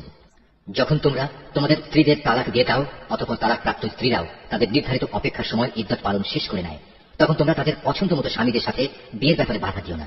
যদি তারা বিয়ের জন্য সম্মানজনকভাবে কোনো ঐক্যমত্যে পৌঁছে থাকে, তোমাদের ভেতর যারা আল্লাহ তাআলা ও পরকালীন জীবনের উপর বিশ্বাস স্থাপন করে, তাদের এয়া বেশি দেওয়া হচ্ছে। মূলত এটা তোমাদের জন্য অধিক সম্মানের এবং অনেক পবিত্র কর্মধারা, কারণ আল্লাহ তাআলা জানেন তোমরা কিছুই জানো না। মায়েদের পুরো 2 বছরই সন্তানকে বুকের দুধ খাওয়ানো উচিত। এই নিয়ম তার জন্য যে চায় সন্তানের দুধ খাওয়ানো পুরো মাত্রায় আদায় করুক। সন্তানের পিতা দুধ খাওয়ানোর জন্য মায়েদের সম্মানজনক ভরণ পোষণ সুনিশ্চিত করবে। কোন ব্যক্তির উপর তার সাধ্যাত্মিক বোঝা চাপিয়ে দেওয়া যাবে না। পিতার সঙ্গতির কথা ভাবতে গিয়ে দেখতে হবে মায়েরাও যেন আবার নিজ সন্তান নিয়ে বেশি কষ্টে না পড়ে যায়, এবং পিতাকেও যেন সন্তান জন্ম দেওয়ার কারণে অযথা কষ্টে পড়ে যেতে না হয়, সেটাও খেয়াল রাখতে হবে। সন্তানের পিতার অবর্তমানে তার উত্তরাধিকারীদের উপর সন্তানের জন্মদাত্রী মায়ের অধিকার এভাবেই বহাল থাকবে। তবে কোনো পর্যায়ে পিতা মাতা যদি পারস্পরিক সম্মতি ও পরামর্শের ভিত্তিতে আগেভাগেই সন্তানের দুধ ছাড়িয়ে নিতে চায়, তাতেও তাদের উপর কোনো দোষের কিছু নেই। তোমরা যদি নিজেদের বদলে অন্য কাউকে সন্তানের দুধ খাওয়ানোর জন্য নিয়োগ করতে চাও, এবং যদি দুগ্ধদাত্রীর পাওনা যথাযথভাবে বুঝিয়ে দেওয়া হয়, তাতেও কোনো গুনাহ নেই। সর্বাবস্থায় আল্লাহ তাআলাকে ভয় করো এবং জেনে রেখো, তোমরা যা কিছুই করো আল্লাহ তাআলা তার সব কিছুই দেখতে পান। তোমাদের মধ্যে যারা মৃত্যু মুখে পতিত হয় এবং তারা যদি তাদের স্ত্রীদের জীবিত রেখে যায়, সে অবস্থায় স্ত্রীরা যদি বিয়ে করতে চায়, তাহলে তারা তাদের নিজেদের 4 মাস 10 দিন পর্যন্ত সময় বিয়ে থেকে বিরত থাকবে। অপেক্ষার এই সময়টুকু যখন তারা পূরণ করে নেবে, তখন নিজেদের বিয়ের ব্যাপারে তারা ন্যায়ানুগ পন্থায় যা ইচ্ছা তাই করতে পারবে, এবং এই বিষয়টিতে তাদের উপর কোনো গুনাহ নেই। মূলত তোমরা যে যাই করো না কেন, আল্লাহ তাআলা সব কাজেরই খবর রাখেন। এমনকি সে অপেক্ষার সময় শেষ হওয়ার আগেও তোমরা কেউ যদি তাকে বিয়ে করার জন্য পয়গাম পাঠাও, কিংবা তেমন করার ইচ্ছা যদি তোমরা নিজেদের মনের ভেতর লুকিয়েও রাখো, তাতেও তোমাদের উপর কোনো দোষ নেই। কেননা আল্লাহ তাআলা এটা ভালো করেই জানেন তাদের কথা অবশ্যই তোমরা বারবার মনে করবে। কিন্তু সাবধান, আড়ালে আড়ালে থেকে গোপনে তাদের বিয়ের কোনো প্রতিশ্রুতি দিও না। তাদের সাথে কখনো তোমাদের কথা বলতে হলে তা বলবে সম্মানজনক পন্থায়। আর ইদ্দত অপেক্ষার শরীয়ত সম্মত সময় শেষ হবার আগে কখনো তার সাথে বিয়ের সংকল্প করো না। জেনে রেখো, তোমাদের মনের সব ইচ্ছা অভিসন্ধির কথা কিন্তু আল্লাহ তাআলা ভালো করেই জানেন। অতএব তোমরা একমাত্র তাঁর থেকেই সতর্ক হও এবং একথা জেনে রেখো, আল্লাহ তাআলা অত্যন্ত ধৈর্যশীল, মহান ক্ষমাশীল। স্ত্রীদের শারীরিকভাবে স্পর্শ করা কিংবা তাদের জন্য মোহরের কোনো অঙ্ক নির্ধারণের আগেই যদি তোমরা তাদের তালাক দাও, তাতে শরীয়তের দৃষ্টিতে তোমাদের উপর কোনো গুনাহ নেই। এই পরিস্থিতিতে মোহরের কোনো অঙ্ক নির্ধারিত না হলেও তাদের ন্যায়ানুগ পন্থায় কিছু পরিমাণ অর্থ আদায় করে দেবে। ধনী ব্যক্তির উপর এটা হবে তার নিজ ক্ষমতা অনুযায়ী এবং গরিব ব্যক্তির উপর হবে তার সঙ্গতি অনুযায়ী। এটা নিকটার লোকদের উপর আরোপিত স্ত্রীদের একটি অধিকার বটে। যদি এমন হয় তোমরা তাদের শারীরিকভাবে স্পর্শ করোনি কিন্তু মোহরের অঙ্ক নির্ধারিত করে নিয়েছ, এমন অবস্থায় যদি তোমরা তাদের তালাক দাও, তাহলে তাদের জন্য থাকবে নির্ধারিত মোহরের অর্ধেক পরিমাণ, যা আদায় করে দিতে হবে। হ্যাঁ, তালাকপ্রাপ্তা স্ত্রী নিজের থেকে যদি তোমাদেরটা মাফ করে দেয়, কিংবা যে স্বামীর হাতে বিয়ের বন্ধন রয়েছে সে যদি স্ত্রীকে নির্দিষ্ট পরিমাণের বেশি দিয়ে অনুগ্রহ দেখাতে চায়, তাহলে তা হবে আল্লাহ ভীতিরও একান্ত কাছাকাছি। কখনো একে অপরের প্রতি দয়া ও সহৃদয়তা দেখাতে ভুলো না, কারণ তোমরা কে কি কাজ করো তার সবকিছুই আল্লাহ তাআলা পর্যবেক্ষণ করছেন। তোমরা নামাজ সমূহের উপর গভীরভাবে যত্নবান হও, বিশেষ করে মধ্যবর্তী নামাজ, এবং আল্লাহর জন্য বিনীতভাবে দাঁড়িয়ে থাকো। অতঃপর যদি তোমরা ভীতিপ্রদ কোনো অবস্থার সম্মুখীন হও, তখন প্রয়োজনে তোমরা নামাজ পড়বে পায়ের উপর দাঁড়িয়ে কিংবা সওয়ারির উপর থাকা অবস্থায়। তারপর তোমরা যখন নিরাপদ হয়ে যাবে তখন আল্লাহ তাআলাকে স্মরণ করো, যেভাবে আল্লাহ তাআলা তাকে স্মরণ করার নিয়ম শিখিয়েছেন, যার কিছুই তোমরা ইতিপূর্বে জানতে না। তোমাদের মধ্যে থেকে যদি কেউ মৃত্যু মুখে পতিত হয় এবং সে বিধবা স্ত্রীদের রেখে যায়, তার উত্তরসূরিদের জন্য তার ওসিয়ত থাকবে যেন তারা 1 বছর পর্যন্ত তাদের স্ত্রীদের ব্যয়ভার বহন করে। কোনো অবস্থায় যেন তার ভিটেমাটি থেকে তাকে বের করে দেওয়া না হয়। এই সময় পূরণ হবার আগে যদি তারা নিজেরাই বের হয়ে যায় এবং তারা নিজেদের ব্যাপারে কোনো ভিন্ন সিদ্ধান্ত করে কোনো সম্মানজনক ব্যবস্থা করে নেয়, তাহলে এই জন্য তোমাদের উপর কোনো দোষ পড়বে না। আল্লাহ তাআলা সবার উপর শক্তিশালী, তিনি বিজ্ঞ কুশলীও। স্বামীদের উপর তালাকপ্রাপ্তা মহিলাদের জন্য ন্যায়সঙ্গত ভরণ পোষণের দায়িত্ব থাকবে। আল্লাহ তাআলাকে যারা ভয় করে, এটা তাদের উপর আরোপিত দায়িত্ব। এভাবেই আল্লাহ তাআলা তার আয়াতগুলো তোমাদের জন্য সুস্পষ্ট করে বলে দিয়েছেন, যাতে করে তোমরা বুঝতে পারো। তুমি কি তাদের পরিণতি দেখোনি, যারা মৃত্যুর ভয়ে নিজেদের ভিটেমাটি ছেড়ে বেরিয়ে এসেছিল, অথচ তারা সংখ্যায় ছিল হাজার হাজার। তাদের এ কাপুরুষোচিত আচরণে রুষ্ট হয়ে আল্লাহ তাআলা তাদের বললেন, তোমরা নিপাত হয়ে যাও। অতঃপর একসময় তাদের বংশধররা সাহসিকতার সাথে জালেমের মোকাবেলা করল। আল্লাহ তাআলা তাদের পুনরায় সামাজিক ও রাজনৈতিক জীবন দান করলেন। আল্লাহ তাআলা এ ধরনের সাহসী মানুষদের উপর সর্বদাই অনুগ্রহশীল, কিন্তু মানুষদের অধিকাংশই এজন্য আল্লাহর কৃতজ্ঞতা আদায় করে না। হে মুসলমানরা, কাপুরুষতা না দেখিয়ে তোমরা আল্লাহর পথে লড়াই করো এবং একথা ভালো করে জেনে রাখো, আল্লাহ তাআলা যেমন সব শোনেন তেমনি তিনি সবকিছু জানেনও। তোমাদের মধ্যে থেকে কে এমন হবে যে আল্লাহকে উত্তম ঋণ দেবে? যে কেউই আল্লাহকে ঋণ দেবে সে যেন জেনে রাখে আল্লাহ তাআলা ঋণের সে অঙ্ক তার জন্য বহু গুণ বাড়িয়ে দেবেন। আল্লাহ তাআলা কাউকে ধনী আবার কাউকে গরিব করে দেন, আর সবশেষে তোমাদের ধনী গরিব সবাইকে তো একদিন তার কাছেই ফিরে যেতে হবে। তুমি কি বনী ইসরাইল দলের কতিপয় নেতা সম্পর্কে চিন্তা করনি, যখন তারা মুসার আগমনের পর তদানীন্তন নবীর কাছে বলেছিল, আমাদের জন্য একজন বাদশা ঠিক করে দাও, যেন তার সাথে আমরা আল্লাহর পথে লড়াই করতে পারি। আল্লাহ সে নবী তাদের বলল, তোমাদের অবস্থা আগের লোকদের মধ্যে এমন হবে না তো যে আল্লাহ তাআলা তোমাদের লড়াইয়ের আদেশ দেবেন এবং তোমরা লড়াই করবে না? তারা বলল, আমরা কেন আল্লাহর পথে লড়ব না, বিশেষ করে যখন আমাদের নিজেদের বাড়ি ঘর থেকে আমাদের বের করে দেওয়া হয়েছে, আমাদের ছেলে মেয়েদেরও বের করে দেওয়া হয়েছে। অতঃপর যখন সত্যি সত্যি তাদের আল্লাহর পক্ষ থেকে যুদ্ধের আদেশ দেওয়া হলো, তখন কতিপয় সাহসী বান্দা ছাড়া তাদের অধিকাংশই ময়দান ছেড়ে পালিয়ে গেছে। আসলে আল্লাহ তাআলা জালেমদের ভালো করেই জানেন। তাদের নবী তাদের বলল, আল্লাহ তাআলা তালুতকে তোমাদের উপর বাদশা নিযুক্ত করে পাঠিয়েছেন। একথা শুনে তারা বলল, তার কি অধিকার আছে যে আমাদের উপর রাজত্ব করার? বাদশাহের অধিকার বরং তার চেয়ে আমাদেরই বেশি রয়েছে। তাছাড়া অর্থ প্রাচুর্য তো তার বেশি নেই। আল্লাহ নবী বলল, শাসন ক্ষমতার জন্য আল্লাহ তাআলা তাকেই বাছাই করেছেন এবং এই কাজের জন্য তার শারীরিক যোগ্যতা ও জ্ঞান প্রতিভা আল্লাহ তাআলা বাড়িয়ে দিয়েছেন। আসলে আল্লাহ তাআলা যাকে চান তাকেই তার রাজ ক্ষমতা দান করে থাকেন। তার ভান্ডার অনেক প্রশস্ত। আল্লাহ তাআলা যাকে চান তাকেই রাজত্ব দেন। আল্লাহ তাআলা প্রাচুর্যময় ও মহাবিজ্ঞ। তাদের নবী তাদের আরো বলল, আল্লাহ তাআলা যাকে পাঠাচ্ছেন তার বাদশাহের অবশ্যই একটা চিহ্ন থাকবে এবং তা হচ্ছে সে তোমাদের সামনে হারানো সিন্দুকটি এনে হাজির করবে। এতে তোমাদের জন্য আল্লাহর পক্ষ থেকে সান্ত্বনা ও প্রশান্তির বিষয় থাকবে। তাছাড়া এই অমূল্য সিন্দুকে মুসা ও হারুনের পরিবার পরিজনের কিছু রেখে যাওয়া জিনিসপত্রও থাকবে। আল্লাহ তাআলার নির্দেশে তার ফেরেশতারা এই সিন্দুক তোমাদের জন্য বহন করে আনবে। যদি তোমরা বিশ্বাস স্থাপন করো তাহলে তোমরা দেখবে এই সব কিছুতে তোমাদের জন্য এক ধরনের নিদর্শন রয়েছে। তো পেয়ে তালুত নিজ বাহিনী নিয়ে যখন এগিয়ে গেল, তখন সে তার লোকদের বলল, আল্লাহ তাআলা একটি নদীর পানি দিয়ে তোমাদের পরীক্ষা করবেন। যদি তোমাদের মধ্যে কেউ এর পানি পান করে তাহলে সে আর আমার দলভুক্ত থাকবে না, আর যে ব্যক্তিটা খাবে না সে অবশ্যই আমার দলভুক্ত থাকবে। তবে কেউ যদি তার হাত দিয়ে সামান্য 1 আঁচড়া পানি খেয়ে নেয় তা ভিন্ন কথা। অতঃপর সেখানে গিয়ে হাতে গোনা কয়েকজন লোক ছাড়া আর সবাই তৃপ্তি করে পানি পান করল। এই কয়েকজন লোক যারা তার কথায় তার সাথে ঈমান এনেছিল, তারা এবং তালুত যখন নদী পার হয়ে এগিয়ে গেল, তখন তারা নিজেদের দীনতা দেখে বলে উঠল, হে আল্লাহ, আজ জালুত এবং তার বিশাল বাহিনীর মোকাবেলা করার শক্তি আমাদের নেই। এ সময় তাদেরই সাথী বন্ধুরা যারা জানতো তাদের আল্লাহর সামনে হাজির হতে হবে, তারা বলল, ইতিহাসে এমন অনেকবারই দেখা গেছে আল্লাহর সাহায্য নিয়ে একটি ক্ষুদ্র দলও বিশাল সেনাবাহিনীর উপর জয়ী হয়েছে। কেননা আল্লাহ তাআলা ধৈর্যশীলদের সাথেই থাকেন। তারপর যখন সেটা সৈন্য নিয়ে মোকাবেলা করার জন্য দাঁড়ালো, তখন তারা আল্লাহর কাছে সাহায্য চেয়ে বলল, হে আমাদের মালিক, তুমি আমাদের সবরের তৌফিক দান করো, দুশমনের মোকাবেলায় আমাদের কদম অটল রাখো এবং অবিশ্বাসী কাফেরদের মোকাবেলায় তুমি আমাদের সাহায্য করো। লড়াইয়ের ময়দানে তারা তাদের পর্যদস্ত লাঞ্ছিত করে দিল এবং দাউদ আল্লাহর সাহায্য নিয়ে জালুদকে হত্যা করল। আল্লাহ তাআলা তাকে দুনিয়ার রাজত্ব দান করলেন এবং তাকে রাজ ক্ষমতা চালানোর কৌশল শিক্ষা দিলেন। আল্লাহ তাআলা তাকে নিজ ইচ্ছা মতো আরো বহু বিষয়ে জ্ঞান দান করলেন। আসলে আল্লাহ তাআলা যদি যুগে যুগে একদল লোককে দিয়ে আরেকদল লোককে শায়েস্তা না করতেন, তাহলে এই ভূখণ্ড ফিতনা ফাসাদে ভরে যেত। কিন্তু আল্লাহ তাআলা তা চাননি, কেননা আল্লাহ তাআলা এ সৃষ্টিকুলের উপর বড়ই অনুগ্রহশীল। এ কিতাবে বর্ণিত এসব ঘটনা হচ্ছে আল্লাহর এক একটা নিদর্শন মাত্র, যা যথাযথভাবে আমি তোমাকে শুনিয়েছি। এর কোনো ঘটনাই তো তুমি জানতে না। তুমি অবশ্যই আমার পাঠানো নবী রসুলদের একজন।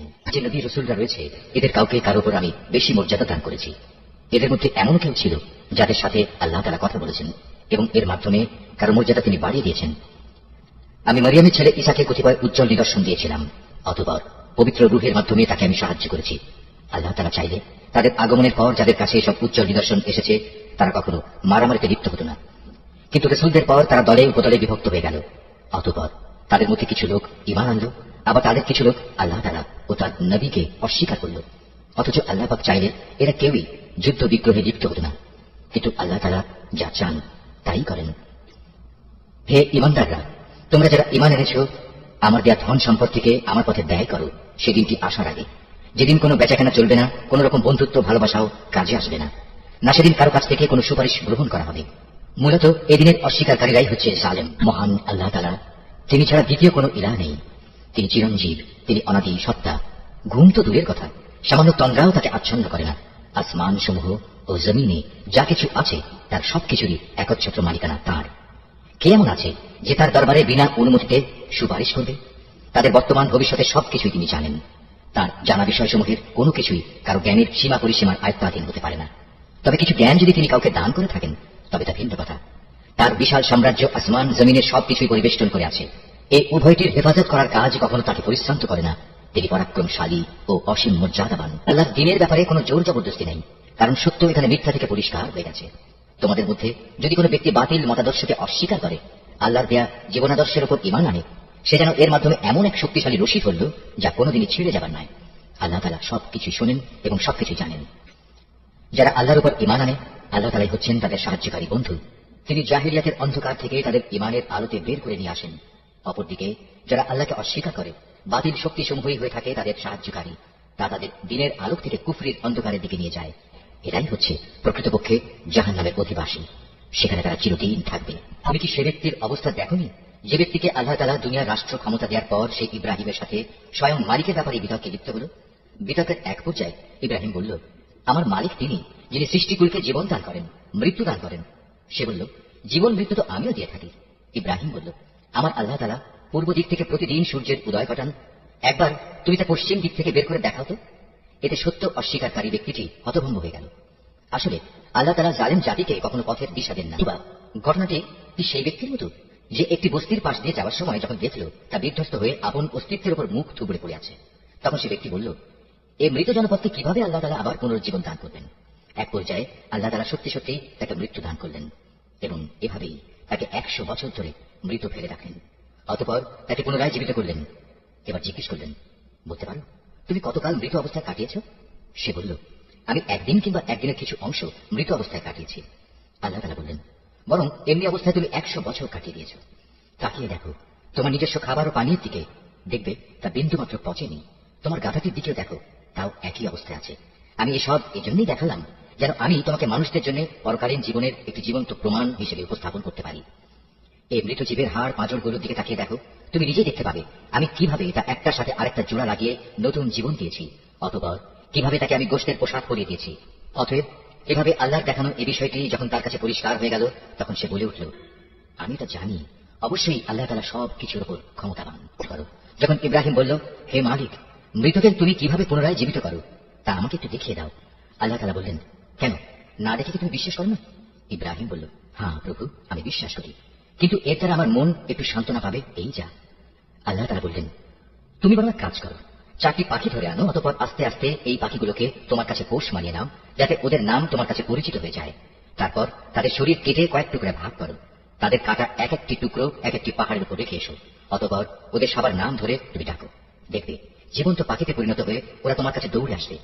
তুমি জেনে রাখো, আল্লাহ তাআলা মহা শক্তিশালী, বিজ্ঞ, কুশলী।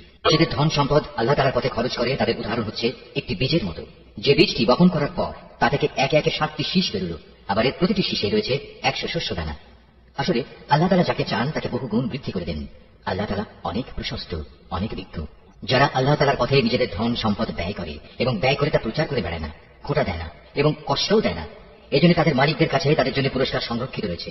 শেষ বিচারের দিন এদের কোনো ভয় নেই, তাদের সেদিন দুশ্চিন্তাগ্রস্ত হতে হবে না। একটুখানি সুন্দর কথা বলা এবং উদারতা দেখিয়ে ক্ষমা করে দেয়া সেই দানের চাইতে অনেক ভালো।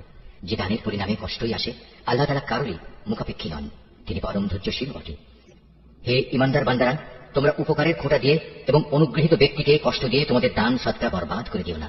ঠিক সেই হতভাগ্য ব্যক্তির মতো যে শুধু লোক দেখানোর উদ্দেশ্যে দান করে, সে আল্লাহ তাআলা ও পরকালের উপর বিশ্বাস করে না। তার দানের উদাহরণ হচ্ছে যেন একটি মসৃণ শিলাখণ্ডের উপর কিছু মাটির আবরণ পড়ল, সেখানে মুষলধারে বৃষ্টিপাত হল, অতঃপর তা পাথরটিকে শক্ত করে রেখে গেল। দান খয়রাত করে তারা যা কিছু অর্জন করল তা দিয়ে তারা কিছুই করতে পারল না। আর যারা আল্লাহকে বিশ্বাস করে না, আল্লাহ তাআলা তাদের কখনো সঠিক পথ দেখান না। অপরদিকে যারা আল্লাহ তাআলার সন্তুষ্টির জন্য এবং নিজেদের মানসিক অবস্থা আল্লাহর পথে সুদৃঢ় রাখার জন্য নিজেদের ধন সম্পদ ব্যয় করে, তাদের উদাহরণ হচ্ছে যেন তা কোনো উঁচু পাহাড়ের উপত্যকায় একটি সুসজ্জিত ফসলের বাগান। যদি সেখানে প্রবল বৃষ্টিপাত হয় তাহলে ফসলের পরিমাণ দ্বিগুণ হয়, আর প্রবল বৃষ্টিপাত না হলেও বৃষ্টির শিশির বিন্দুগুলোই ফসলের জন্য যথেষ্ট হয়। আল্লাহ তাআলা ভালো করে পর্যবেক্ষণ করেন তোমরা কে কি কাজ করো। তোমাদের কেউ কি চাইবে যে তার কাছে ফলে ফুলে সুশোভিত একটি বাগান থাকুক, যাতে খেজুর ও আঙুর সহ বিভিন্ন ধরনের ফলমূল থাকবে, তার তলদেশ দিয়ে আবার প্রবাহমান থাকবে কতিপয় ঝর্ণাধারা, আর এর ফল ভোগ করার আগেই বাগানের মালিক বয়সের ভারে নুয়ে পড়বে এবং তার কিছু দুর্বল সন্তান থাকবে। এই অবস্থায় হঠাৎ করে এক আগুনে বাতাস এসে তার সব স্বপ্ন জ্বালিয়ে দিয়ে যাবে। এভাবেই আল্লাহ তাআলা তার নিদর্শনগুলো তোমাদের কাছে সুস্পষ্টভাবে বর্ণনা করেন, যাতে তোমরা আল্লাহ তাআলার এসব কথার উপর চিন্তা গবেষণা করতে পারো। হে ইমানদার লোকেরা, তোমরা নিজেরা যা অর্জন করেছো সে পবিত্র সম্পদ, এবং যা আমি জমিনের ভেতর থেকে তোমাদের জন্য বের করে এনেছি তার থেকে একটি উৎকৃষ্ট অংশ আল্লাহর পথে ব্যয় করো। আল্লাহর জন্য এমন নিকৃষ্টতম জিনিসগুলো বেছে রেখে তার থেকে ব্যয় করো না, যা অন্যরা তোমাদের দিলে তোমরা তা গ্রহণ করবে না। অবশ্য যা কিছু তোমরা অনিচ্ছাকৃতভাবে গ্রহণ করো তা আলাদা। তোমরা জেনে দেখো, আল্লাহ তাআলা তোমাদের দানের মুখাপেক্ষী নন, সব প্রশংসার মালিক তো তিনি। শয়তান সব সময় তোমাদের অভাব অনটনের ভয় দেখাবে এবং সে নানাবিধ অশ্লীল কর্মকাণ্ডের আদেশ দেবে। আর আল্লাহ তাআলা তোমাদের তার কাছ থেকে অসীম বরকত ও ক্ষমার প্রতিশ্রুতি দিচ্ছেন এবং সেদিকেই তিনি তোমাদের ডাকছেন। আল্লাহ তাআলা প্রাচুর্যময় ও সম্যক অবগত। আল্লাহ তাআলা যাকে চান তাকে একান্তভাবে তার পক্ষ থেকে বিশেষ জ্ঞান দান করেন, আর যে ব্যক্তিকে আল্লাহ তাআলার সেই বিশেষ জ্ঞান দেওয়া হলো সে যেন মনে করে তাকে প্রচুর কল্যাণ দান করা হয়েছে। আর প্রজ্ঞা সম্পন্ন ব্যক্তি ছাড়া আল্লাহর এসব কথা থেকে অন্য কেউ কোন শিক্ষাই গ্রহণ করতে পারে না। তোমরা যা কিছু খরচ করো আর যা কিছু খরচ করার জন্য মানত করো, আল্লাহ তাআলা অবশ্যই তা ভালো করে জানেন। জালেমদের আসলে কোনো সাহায্যকারী নেই। আল্লাহ তাআলার সন্তুষ্টির জন্য তোমরা যা কিছু দান করো তা যদি প্রকাশ্যভাবে মানুষদের সামনে করো তা ভালো কথা, তাতে কোনো দোষ নেই। তবে যদি তোমরা তা মানুষদের কাছে গোপন রাখো এবং চুপে চুপে অসহায়দের দিয়ে দাও, তাহলে তোমাদের জন্য উত্তম। এ দানের কারণে আল্লাহ তাআলা তোমাদের বহুবিধ গুনাহ খাতা মুছে দেবেন। আর তোমরা যাই করো না কেন, আল্লাহ তাআলা সবকিছু সম্পর্কে ওয়াকিবহাল রয়েছেন। যারা তোমার কথা শোনে না তাদের হেদায়েতের দায়িত্ব তোমার উপর নয়, তবে আল্লাহ তাআলা যাকে চান তাকে সঠিক পথ দেখান। তোমরা যা দান সদকা করো এটা তোমাদের জন্য কল্যাণকর, কারণ তোমরা তো এজন্যই খরচ করো যেন আল্লাহর সন্তুষ্টি অর্জন করতে পারো। তোমরা আজ যা কিছু দান করবে, আগামীকাল তার পুরোপুরি পুরস্কার তোমাদের আদায় করে দেওয়া হবে। সেদিন তোমাদের উপর কোন রকম জুলুম করা হবে না। দান সদকা তো তোমাদের মাঝে এমন কিছু গরিব মানুষের জন্য যারা আল্লাহর পথে এমন ভাবে ব্যাপৃত, যারা নিজেদের জন্য জমিনের বুকে চেষ্টা সাধনা করতে পারে না। আত্মসম্মান বোধের কারণে কিছু চায় না বলে অজ্ঞ মূর্খ লোকেরা এদের মনে করে এরা বুঝি সচ্ছল, কিন্তু তুমি এদের বাহ্যিক চেহারা দেখেই এদের সঠিক অবস্থা বুঝে নিতে পারো। এরা মানুষদের কাছ থেকে কাকুতি বিনতি করে ভিক্ষা করতে পারে না। তোমরা যা কিছুই খরচ করবে আল্লাহ তাআলা তার যথার্থ বিনিময় দেবেন, কারণ তিনি সবকিছু দেখেন। যারা দিনরাত প্রকাশ্যে ও সঙ্গোপনে নিজেদের মাল সম্পদ ব্যয় করে, তাদের মালিকের দরবারে তাদের এ দানের প্রতিফল সুরক্ষিত রয়েছে। তাদের উপর কোন রকম ভয়ভীতি থাকবে না, তারা চিন্তিতও হবে না। যারা সুদ খায় তারা মাথা উঁচু করে দাঁড়াতে পারবে না, দাঁড়ালেও তার দাঁড়ানো হবে সে ব্যক্তির মতো যাকে শয়তান নিজস্ব পরশ দিয়ে দুনিয়ার লোভ লালসায় মহাচ্ছন্ন করে রেখেছে। এটা এই কারণে যেহেতু এরা বলে ব্যবসা বাণিজ্য তো সুদের মতোই একটা কারবারের নাম, অথচ আল্লাহ তাআলা ব্যবসা হালাল করেছেন এবং সুদকে হারাম করেছেন। তাই তোমাদের যার যার কাছে তার মালিকের পক্ষ থেকে সুদ সংক্রান্ত এই উপদেশ পৌঁছেছে সে অতঃপর সুদের কারবার থেকে বিরত থাকবে। আগে এই আদেশ আসা পর্যন্ত যে সুদ সে খেয়েছে তা তো তার জন্য অতিবাহিত হয়েই গেছে, তার ব্যাপার একান্তই আল্লাহ তাআলার সিদ্ধান্তের উপর। কিন্তু এরপর যে ব্যক্তি আবার সুদী কারবারে ফিরে আসবে তারা অবশ্যই জাহান্নামের অধিবাসী হবে, সেখানে তারা চিরদিন থাকবে। তাআলা সুদ নিশ্চিহ্ন করেন, অপরদিকে দান সৎকার পবিত্র কাজকে তিনি উত্তরোত্তর বৃদ্ধি করেন। আল্লাহ তাআলা তার নিয়ামতের প্রতি অকৃতজ্ঞ পাপিষ্ঠ ব্যক্তিদের কখনো পছন্দ করেন না। তবে যারা সত্যিকার অর্থে আল্লাহ তাআলার উপর ঈমান এনেছে এবং ভালো কাজ করেছে, নামাজ প্রতিষ্ঠা করেছে, যাকাত আদায় করেছে, তাদের সেদিন কোনো ভয় থাকবে না, তারা সেদিন চিন্তিতও হবে না। ঈমানদার লোকেরা, তোমরা সুদের ব্যাপারে আল্লাহকে ভয় করো। আগের সুদী কারবারের যেসব বকেয়া আছে তোমরা তা ছেড়ে দাও, যদি সত্যিই তোমরা আল্লাহর উপর ঈমান আনো। যদি তোমরা এমনটি না করো তাহলে অতঃপর আল্লাহ তাআলা ও তাঁর রাসূলের পক্ষ থেকে তোমাদের বিরুদ্ধে যুদ্ধের ঘোষণা থাকবে। আর যদি এখনো তোমরা আল্লাহর দিকে ফিরে আসো তাহলে তোমরা তোমাদের মূলধন ফিরে পাওয়ার অধিকারী হবে। সুদী কারবার দ্বারা অন্যের উপর জুলুম করো না, তোমাদের উপরও অতঃপর সুদের জুলুম করা হবে না। সে ঋণ গ্রহীতা ব্যক্তি কখনো যদি অভাবগ্রস্ত হয়ে পড়ে তাহলে তার উপর চাপ দিও না, বরং তার সচ্ছলতা ফিরে আসা পর্যন্ত তাকে অবকাশ দাও।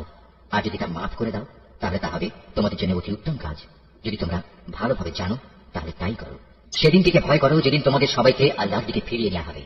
সেদিন প্রত্যেক মানব সন্তানকে জীবনভর কামাই করা পাপ পুণ্যের পুরোপুরি ফলাফল দিয়ে দেওয়া হবে, কারো উপর সেদিন কোনো ধরনের জুলুম করা হবে না। ঈমানদার বান্দারা, তোমরা যখন পরস্পরের সাথে নির্দিষ্ট একটি সময়ের জন্য ঋণের চুক্তি করো তখন তা লিখে রাখো। তোমাদের মধ্যকার যে কোনো একজন লেখক সুবিচারের ভিত্তিতে এই চুক্তিনামা লিখে দেবে। যাকে আল্লাহ তাআলা লেখা শিখিয়েছেন সে যেন কখনো লিখতে অস্বীকৃতি না জানায়। লেখার সময় ঋণ গ্রহীতা লেখককে বলে দেবে কি কি শর্ত সেখানে লিখতে হবে। এ পর্যায়ে লেখককে অবশ্যই তার মালিক আল্লাহ তাআলাকে ভয় করা উচিত। চুক্তিনামা লেখার সময় লক্ষ্য রাখতে হবে তার কিছু যেন বাদ না পড়ে। যদি সে ঋণ গ্রহীতা অজ্ঞ, মূর্খ এবং সব দিক থেকে দুর্বল হয়, অথবা চুক্তিনামার কথাবার্তা বলে দেওয়ার ক্ষমতাই তার না থাকে, তাহলে তার পক্ষ থেকে তার কোনো অভিভাবক ন্যায়ানুগ পন্থায় বলে দেবে কি কি কথা লিখতে হবে। তদুপরি তোমাদের মধ্যে থেকে দুইজন পুরুষকে এই চুক্তিপত্রে সাক্ষী বানিয়ে নিও। যদি দুইজন পুরুষ একত্রে পাওয়া না যায় তাহলে একজন পুরুষ এবং দুজন মহিলা সাক্ষী হবে, যাতে করে তাদের একজন ভুলে গেলে দ্বিতীয়জন তাকে স্মরণ করিয়ে দিতে পারে। এমন সব লোকদের মধ্যে থেকে সাক্ষী নিতে হবে যাদের উভয় পক্ষ পছন্দ করবে। সাক্ষীদের যখন সাক্ষী প্রদানের জন্য ডাকা হবে তখন তারা তা অস্বীকার করবে না। লেনদেনের সময় পরিমাণ ছোট হোক কিংবা বড় হোক, দিনক্ষণ সহ তা লিখে রাখার ব্যাপারে অবহেলা করো না। এটা আল্লাহর কাছে ন্যায্যতর ও সাক্ষ্য দানের ক্ষেত্রে অধিক মজবুত ভিত্তির উপর প্রতিষ্ঠিত, এবং পরবর্তীকালে যাতে তোমরা সন্দিগ্ধ না হও তার সমাধানের জন্য এটা নিকটতর পন্থা। যা কিছু তোমরা নগদ হাতে হাতে আদান প্রদান করো তা সবসময় না লিখলেও তোমাদের কোনো ক্ষতি নেই, তবে ব্যবসায়িক লেনদেনের সময় অবশ্যই সাক্ষী রাখবে। দলিলের লেখক ও চুক্তিনামার সাক্ষীদের কখনো তাদের মত বদলানোর জন্য কষ্ট দেওয়া যাবে না। তারপরেও তোমরা যদি তাদের এ ধরনের যাতনা প্রদান করো তাহলে জেনে রেখো তা হবে তোমাদের জন্য একটি মারাত্মক গুনাহ। এ ব্যাপারে আল্লাহ তাআলা তোমাদের সবকিছুই শিখিয়ে দিচ্ছেন, কেননা আল্লাহ তাআলা সবকিছুই জানেন। যদি তোমরা কখনো সফরে থাকো এবং এ কারণে ঋণের চুক্তি লেখার মতো কোনো লেখক না পাও তাহলে চুক্তি লেখার বদলে কোনো জিনিস বন্ধক রেখে দাও।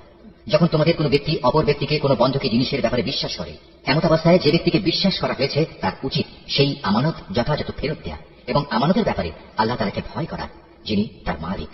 তোমরা কখনো সাক্ষ্য গোপন করো না। যে ব্যক্তি তা গোপন করে সে অবশ্যই অন্তরের দিক থেকে পাপিষ্ঠ সাব্যস্ত হয়। বস্তুত আল্লাহ তাআলা তোমাদের যাবতীয় কাজকর্মের ব্যাপারে সম্যক অবগত রয়েছেন।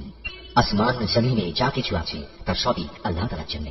তোমরা তোমাদের মনের ভিতরে যা কিছু আছে তা যদি প্রকাশ করো কিংবা তা গোপন করো, আল্লাহ তাআলা একদিন তোমাদের কাছ থেকে এর পুরোপুরি হিসাব গ্রহণ করবেন। এরপর তিনি যাকে ইচ্ছা তাকে মাফ করে দেবেন, আবার যাকে ইচ্ছা তাকে তিনি শাস্তি দেবেন। আল্লাহ তাআলা সব কিছুর উপর ক্ষমতাবান। আল্লাহর রাসূল সে বিষয়ের উপর ঈমান এনেছে যা তার উপর তার মালিকের পক্ষ থেকে নাযিল করা হয়েছে, আর যারা সে রাসূলের উপর বিশ্বাস স্থাপন করেছে তারাও সে একই বিষয়ের উপর ঈমান এনেছে। এরা সবাই ঈমান এনেছে আল্লাহর উপর, তার ফেরেশতাদের উপর, তার কিতাব সমূহের উপর, তার রাসূলদের উপর। তারা বলে আমরা তার পাঠানো নবী রাসূলদের কারো মাঝে কোন রকম পার্থক্য করি না। আর তারা বলে আমরা তো আল্লাহর নির্দেশ শুনেছি এবং তা মেনেও নিয়েছি। হে আমাদের মালিক, আমরা তোমার ক্ষমা চাই এবং আমরা জানি আমাদের একদিন তোমার কাছেই ফিরে যেতে হবে। আল্লাহ তাআলা কখনো কাউকেই তার শক্তি সামর্থ্যের বাইরে কোনো কাজের দায়িত্ব চাপিয়ে দেন না। সে ব্যক্তির জন্য ততটুকু বিনিময় রয়েছে যতটুকু সে এই দুনিয়ায় সম্পন্ন করবে, আবার সে যতটুকু মন্দ দুনিয়ায় অর্জন করেছে তার উপর তার ততটুকু শাস্তি পতিত হবে। অতএব হে মুমিন ব্যক্তিরা, তোমরা এই বলে দোয়া করো, হে আমাদের মালিক, যদি আমরা কিছু ভুলে যাই, কোথাও যদি আমরা কোনো ভুল করে বসি তার জন্য তুমি আমাদের পাকড়াও করো না। হে আমাদের মালিক, আমাদের পূর্ববর্তী জাতিদের উপর যে ধরনের বোঝা তুমি চাপিয়েছিলে তা আমাদের উপর চাপিও না। হে আমাদের মালিক, যে বোঝা বইবার সামর্থ্য আমাদের নেই তা তুমি আমাদের উপর চাপিয়ে দিও না। তুমি আমাদের উপর মেহেরবানি করো, তুমি আমাদের মাফ করে দাও, আমাদের উপর তুমি দয়া করো।